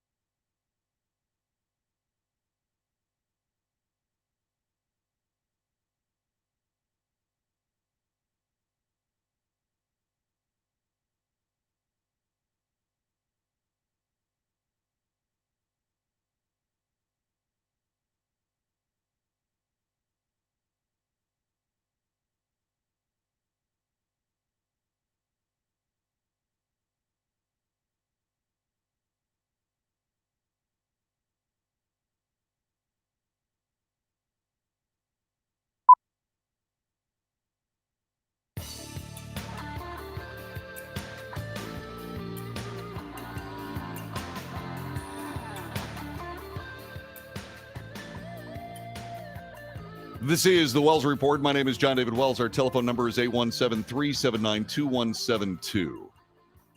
So, you remember Lois Lerner? Remember how she got in trouble when it came out that the 501c3s that were being requested by conservative groups were being turned aside? Turned out to be more partisan bias, more deep state action, this time on the part of the IRS. Remember all that? Yeah. Well, 6 New York Republicans are now demanding that Attorney General Merrick Garland open up an investigation into the New York State Attorney General Letitia James. Why? Well, Nikki Haley's political nonprofit had all of its tax filings leaked to the media. This is like doxing. Representative Nicole Malliotakis, the Republican from New York, led the Tuesday letter with 5 of her colleagues to Garland, calling on the Attorney General to launch an investigation into the leak of a conservative 501c4 Stand for America 2019 for Stand for America's 2019 tax filings that included the donor list. The leak bore a stamp. The leak list bore a stamp from Letitia James's office. Oops. The filings were leaked by Politico in late August after being provided the document by the political watchdog organization Documented, who did not say where they got the documents from.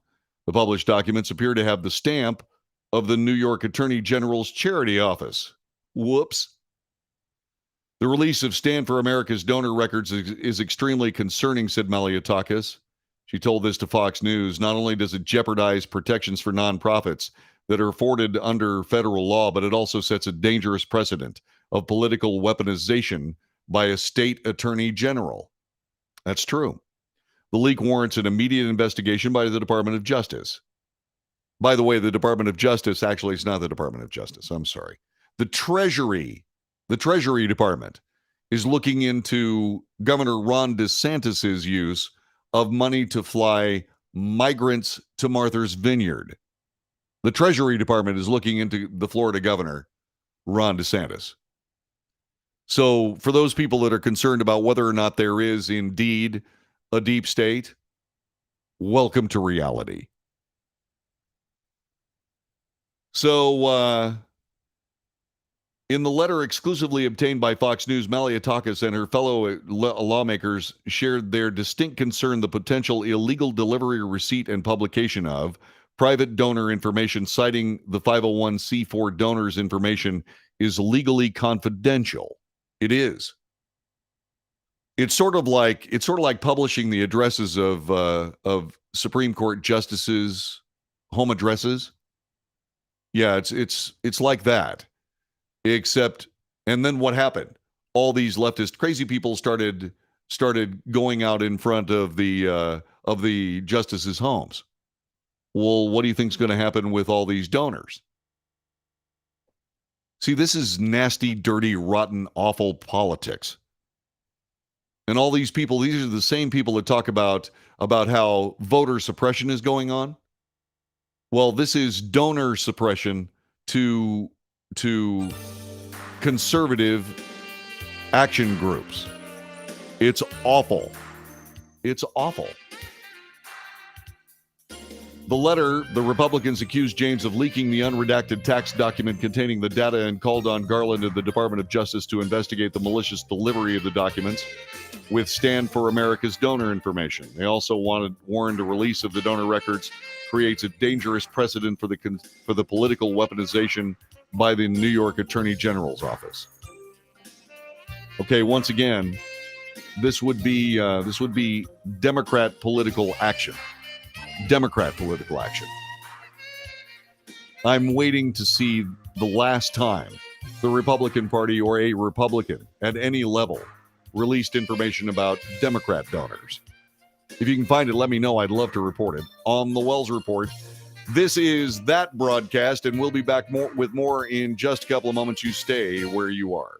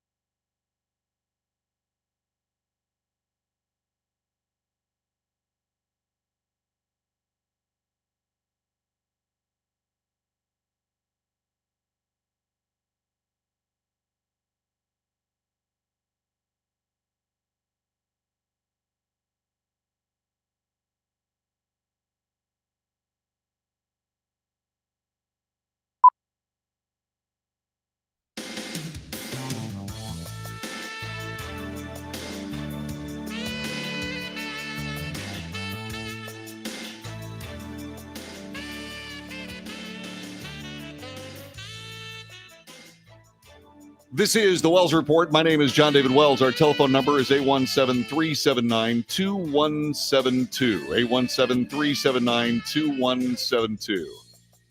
We're bringing you the news. And this is really ugly. So what we're talking about here is we have information about Department of Homeland Security Secretary Alejandro Mayorkas and the Customs and Border Patrol horsemen that were accused of whipping Haitian migrants on the Texas side of the Rio Grande some time ago. It was September 24th, 2021, over a year ago. Secretary of Homeland Security Alejandro Mayorkas, this, by the way, from the Washington Free Beacon, great newspaper. Secretary of Homeland Security Alejandro Mayorkas backed up the Biden administration narrative last year that Border Patrol agents whipped Haitian migrants even after he knew the narrative was false. The Heritage Foundation was able to get emails proving that point, and they turned it over to Fox News. DHS Assistant Secretary Marcia Espinoza alerted Mayorkas on September 24th, 2021 to a news article that said the photographer who took the images did not see any whips. Espinoza highlighted the comments from the photographer where he directly said he did not witness any whipping. Mayorkas that same day, nevertheless, decided to join a Biden administration press conference that pushed the debunked narrative and even went so far as to call the images horrifying and an example of systemic racism. President Joe Biden, meanwhile, made a whipping motion with his hand as he said the photographs depicted people being strapped. Biden and Mayorkas pushed the false narrative as the country faced a still ongoing crisis at the border. 1 month after the press conference, the number of migrant encounters soared to 1.7 million. It's 2.1 million now. That number has only risen higher. Vice President Kamala Harris, who's ostensibly in charge of dealing with the crisis, has been to the border only once, even though she's been to Texas since then. While the Department of Homeland Security investigation into the whipping incident is ongoing, an internal memo found no evidence that any agent struck, intentionally or otherwise, any migrant with their reins. National Border Patrol Counsel Brandon Judd told Fox News that Espinoza's email clearly shows the Biden administration officials are willing to lie to the American people for their self-interests. Judd, by the way, said the officials who lied about the incident should resign, and they absolutely should. And this is one of those things where I have to keep pointing out. And when it comes to progressive, socialist, and now Democrat politics, you can't have any of the policies moving forward without some level of dishonesty. And that's just something that is now real. So this is Newsweek's version of the story. Department of Homeland Security Secretary Alejandro Mayorkas is now facing pushback and perhaps even impeachment for what critics are calling a misleading response to images that some believed show Border Patrol agents whipping migrants last year. Amid an influx of Haitian migrants into the U.S.-Mexico border, circulating images and footage appeared to show agents using their horse reins against migrants. It drew fierce condemnation from Democrats, the Biden administration officials. They demagogued the whole thing on ABC, CBS, MSNBC, CNN, and more. They did all that, stood up and said, my God, this was horrifying and it was terrible and it was awful. At a September 24th briefing alongside White House Press Secretary Jen Psaki, Secretary Mayorkas called the photos horrifying, announced that an investigation had been opened into the situation. We know that those images painfully conjured up the worst elements of our nation's ongoing battle against systemic racism. Bill Melugin of Fox News reported that email reveals DH Secretary Mayorkas was alerted by DHS top public affairs official the whipping narrative behind the horseback BP photos was not true.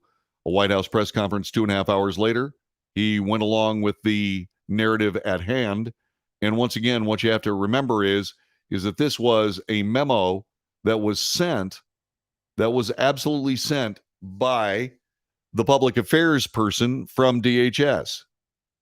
Here's what it said. Okay, this is what the memo, the email actually said.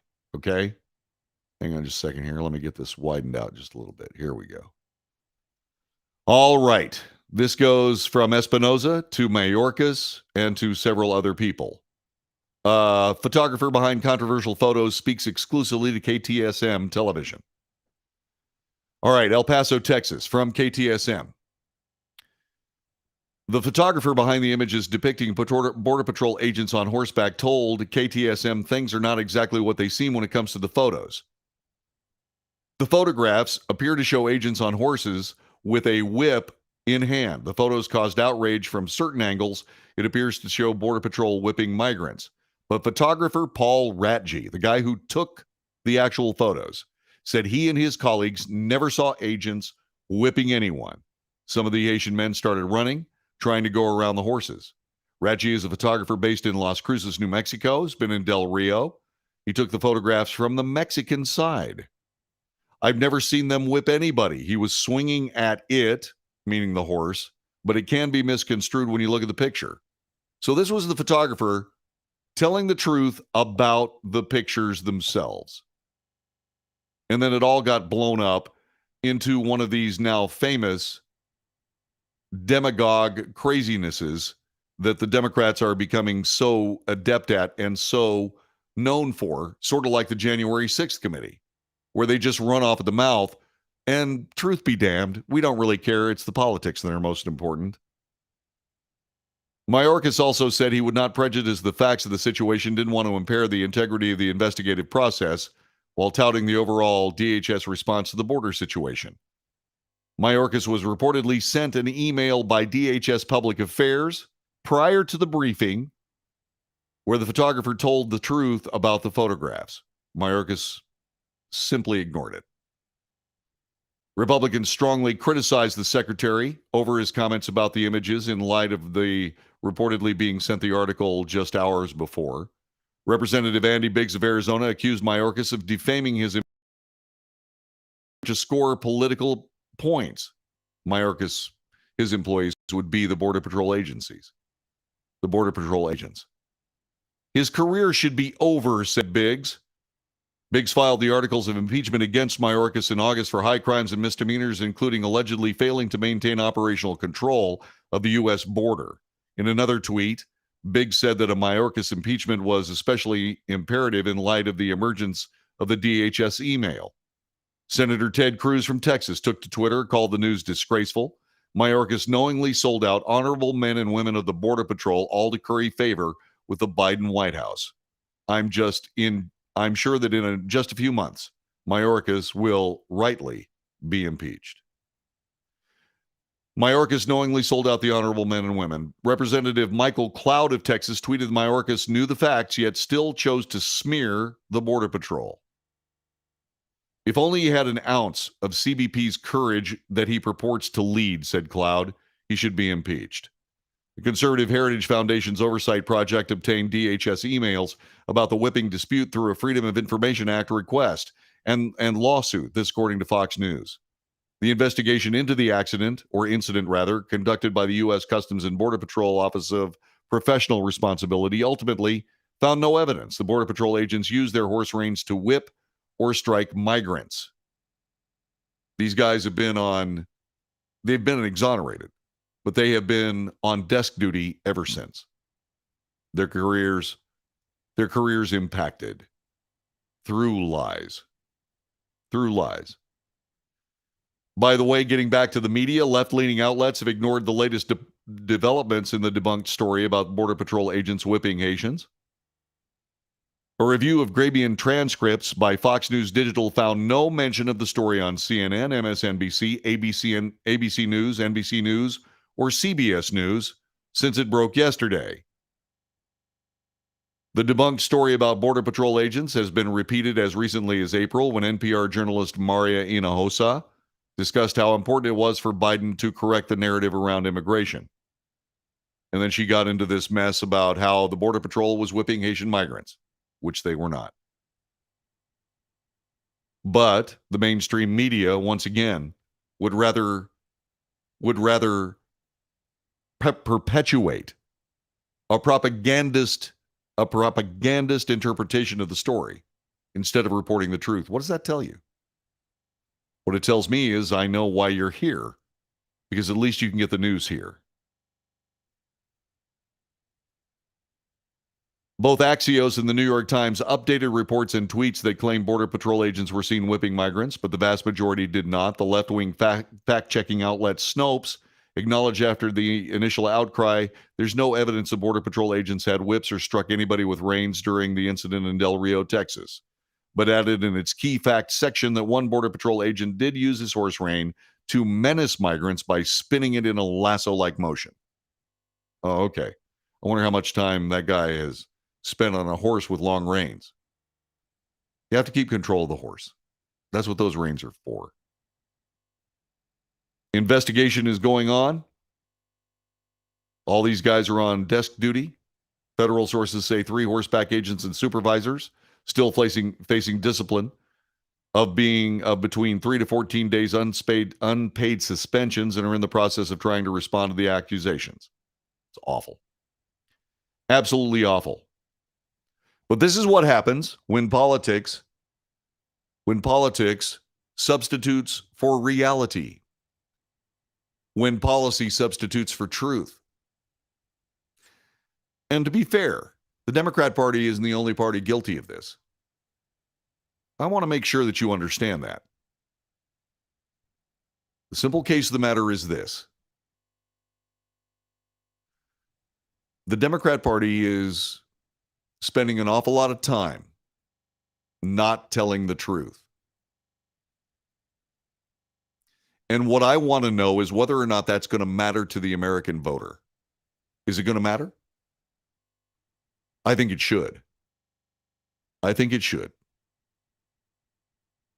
I think we're in a situation where what we need to do more than anything else is we need to make it abundantly clear to the politicians of the United States.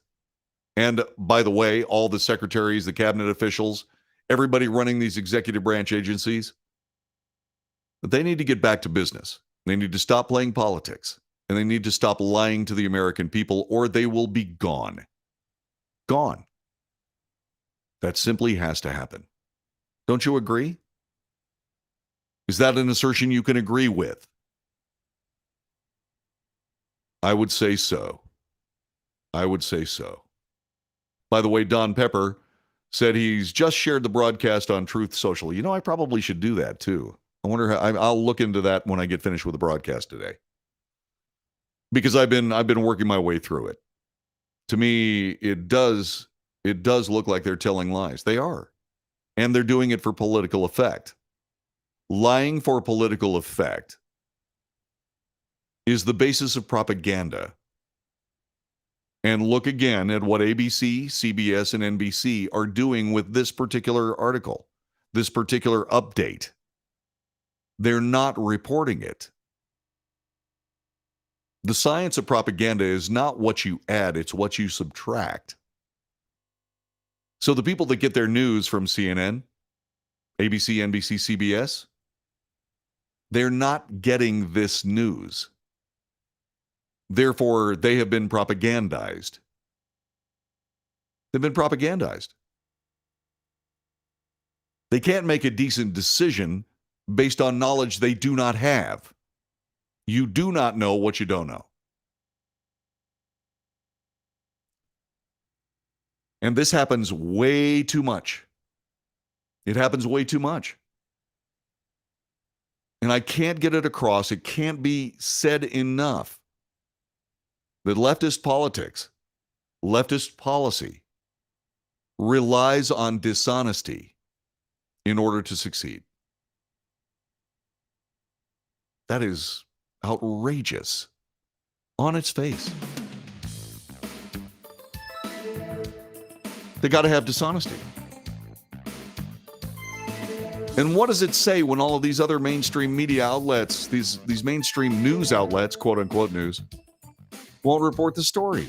What's so hard about reporting the story? I do it for 3 hours every day. Why can't ABC News do it? Oh, by the way, yeah, we just found out that Mayorkas was lying when he was talking about CBP agents whipping migrants with horse reins. Let's go down to Gino DiStafia down on the border. Gino, what happened? Well, the photographer in the entire mess said that nobody hit anybody and that his pictures were being misconstrued. Reporting from the border, I'm whatever name I said I was. Back to you, Bill. Why don't they do that? So simple. Just tell the truth. This is the Wells Report. Back with more in just a moment.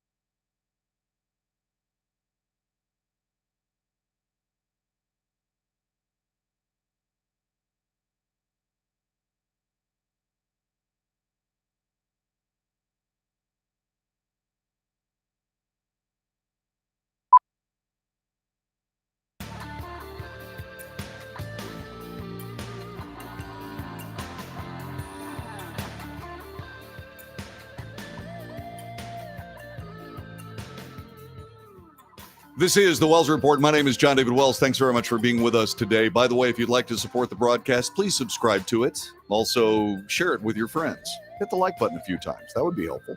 Appreciate that. If you want to put your money where my mouth is, you can do so by going to patreon.com/The Wells Report. And you can throw $1 a month at me, which would be very helpful. Thank you very much for your consideration. I was just discussing how leftist politics requires dishonesty in order to move their policymaking forward. The Danchenko trial is going on. In case you're wondering, Danchenko is being tried by John Durham, who is the guy that's doing the Durham investigation. into the Mueller investigation. And they're working through this Steele dossier and doing all of these things. And I'll get to that coming up in just a couple of seconds. Listen to this. Longtime Democrat operative Charles Dolan identified or testified today that he lied to Igor Danchenko in 2016 when he said he had inside information from a GOP source about the resignation of Paul Manafort in the Trump campaign. Information he actually learned through open source reporting and was later used in the dossier and attributed to, quote, an American political figure associated with Donald Trump. Remember, this dossier is at the center of everything. False testimony before the FISA court. All of these trials keep coming back to the Steele dossier, which was a flamingly false packet of garbage. Dolan testified during the trial of Danchenko, the Russian national who served as the primary subsource for ex-British intelligence officer Christopher Steele, and now we know why he's an ex-British intelligence officer. In his anti-Trump dossier, special counsel John Durham charged Danchenko with 5 counts of making false statements to the FBI. Danchenko pled not guilty. During questioning, Durham's team revealed an email from Danchenko to Dolan dated August 19, 2016, in which Danchenko asked Dolan for any inside information on Manafort's departure as Trump campaign management. I'm working on a related project against Trump, said Danchenko, referring to the Steele dossier. It's an important project for me. Our goals clearly coincide.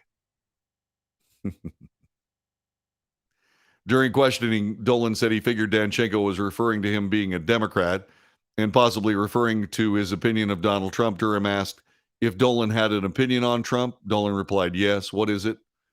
Well, fairly negative. Meanwhile, Dolan replied on the same day, August 19th, 2016, to Danchenko, let me dig around on Manafort. I'm pretty sure the new team wanted him out today and used today's New York Times story to drive a stake through his heart. Next day, Dolan emailed Danchenko again and wrote, I had lunch with a GOP friend who knows the players. Dolan went on to tell Danchenko that Corey Lewandowski, who served as Trump's campaign manager during the 2016 GOP presidential primaries, hated Manafort and following his resignation was doing a happy dance. It's a very sharp elbows crowd. During questioning today, Dolan testified he never actually spoke to a GOP source. He lied and admitted he got that information from open source, specifically cable news. Dolan then said smugly, I thought I'd embellish a bit. Yeah, he added that Lewandowski hating Manafort was pretty common knowledge at the time. Danchenko took the information included in Dolan's email, reworded it, included it in his August 22nd, 2016 report, which was later compiled into the Steele dossier. An American political figure, here's the actual quote, an American, a political figure associated with Donald Trump and his campaign outlined the reasons behind Manafort's recent demise. He said it was true that the Ukraine corruption revelations had played a part in this, but also several senior players close to Trump had wanted Manafort out, primarily to loosen his control on strategy and policy formulation. Of particular importance in this regard was Manafort's predecessor as campaign manager, Corey Lewandowski, who hated Manafort personally and remained close to Trump, with whom he discussed the presidential campaign on a regular basis, according to the dossier. BuzzFeed published the dossier January 2017. Dolan testified that when he saw it, he became concerned because he suspected Danchenko could have been involved in it due to his connections to Steele. Dolan testified he did not know information he provided to Danchenko was in the dossier until Durham called him in for questioning as part of his investigation into the origins of the Trump-Russia probe. By the way, Manafort was being put in this dossier, had his life ruined for him. Dolan said that Durham showed him his email side by side with the dossier. Dolan agreed the two looked similar. The dossier was authored by Steele, commissioned by opposition research firm Fusion GPS, paid for by the Hillary campaign and the Democrat National Committee through Perkins Coie, the law firm. The dossier served as a basis for a Foreign Intelligence Surveillance Act warrant and its 3 renewals against the Trump campaign aide Carter Page. DOJ Inspector General Michael Horowitz said the dossier was used to justify the initial FISA warrant and 3 subsequent renewals. Republicans on the House committee first said the dossier served as a basis for those warrants and the surveillance of Page, which gave the Democrat National Committee and the Obama administration opportunities to spy on the Trump campaign. So for those people wondering whether Durham was doing anything, apparently he was and is. And we'll see what happens to Igor Danchenko. This has been the Wells Report. See you tomorrow.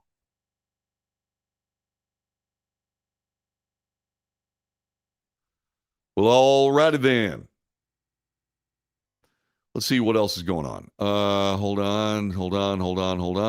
Let me get to that. Let's see. Have to go. Thanks, JD, for another great program. See you at 7. Yes, sir. I'll be there. Report the story. Good ones, good, bad, and ones you don't like. I do report the story, including January 6th. It's not a story. Let's see what else is going on. JD, how do you feel about the SCOTUS decision to reject the Trump plea? I haven't seen that yet. I will look at it and I will talk about it tomorrow. Trump sources say Trump wants to testify. Okay, good luck on that.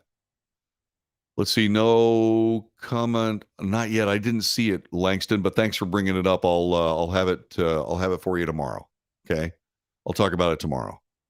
One of the problems with doing this show is you cannot continue the news prep while it's going on, and I don't know why I didn't get a Twix on that.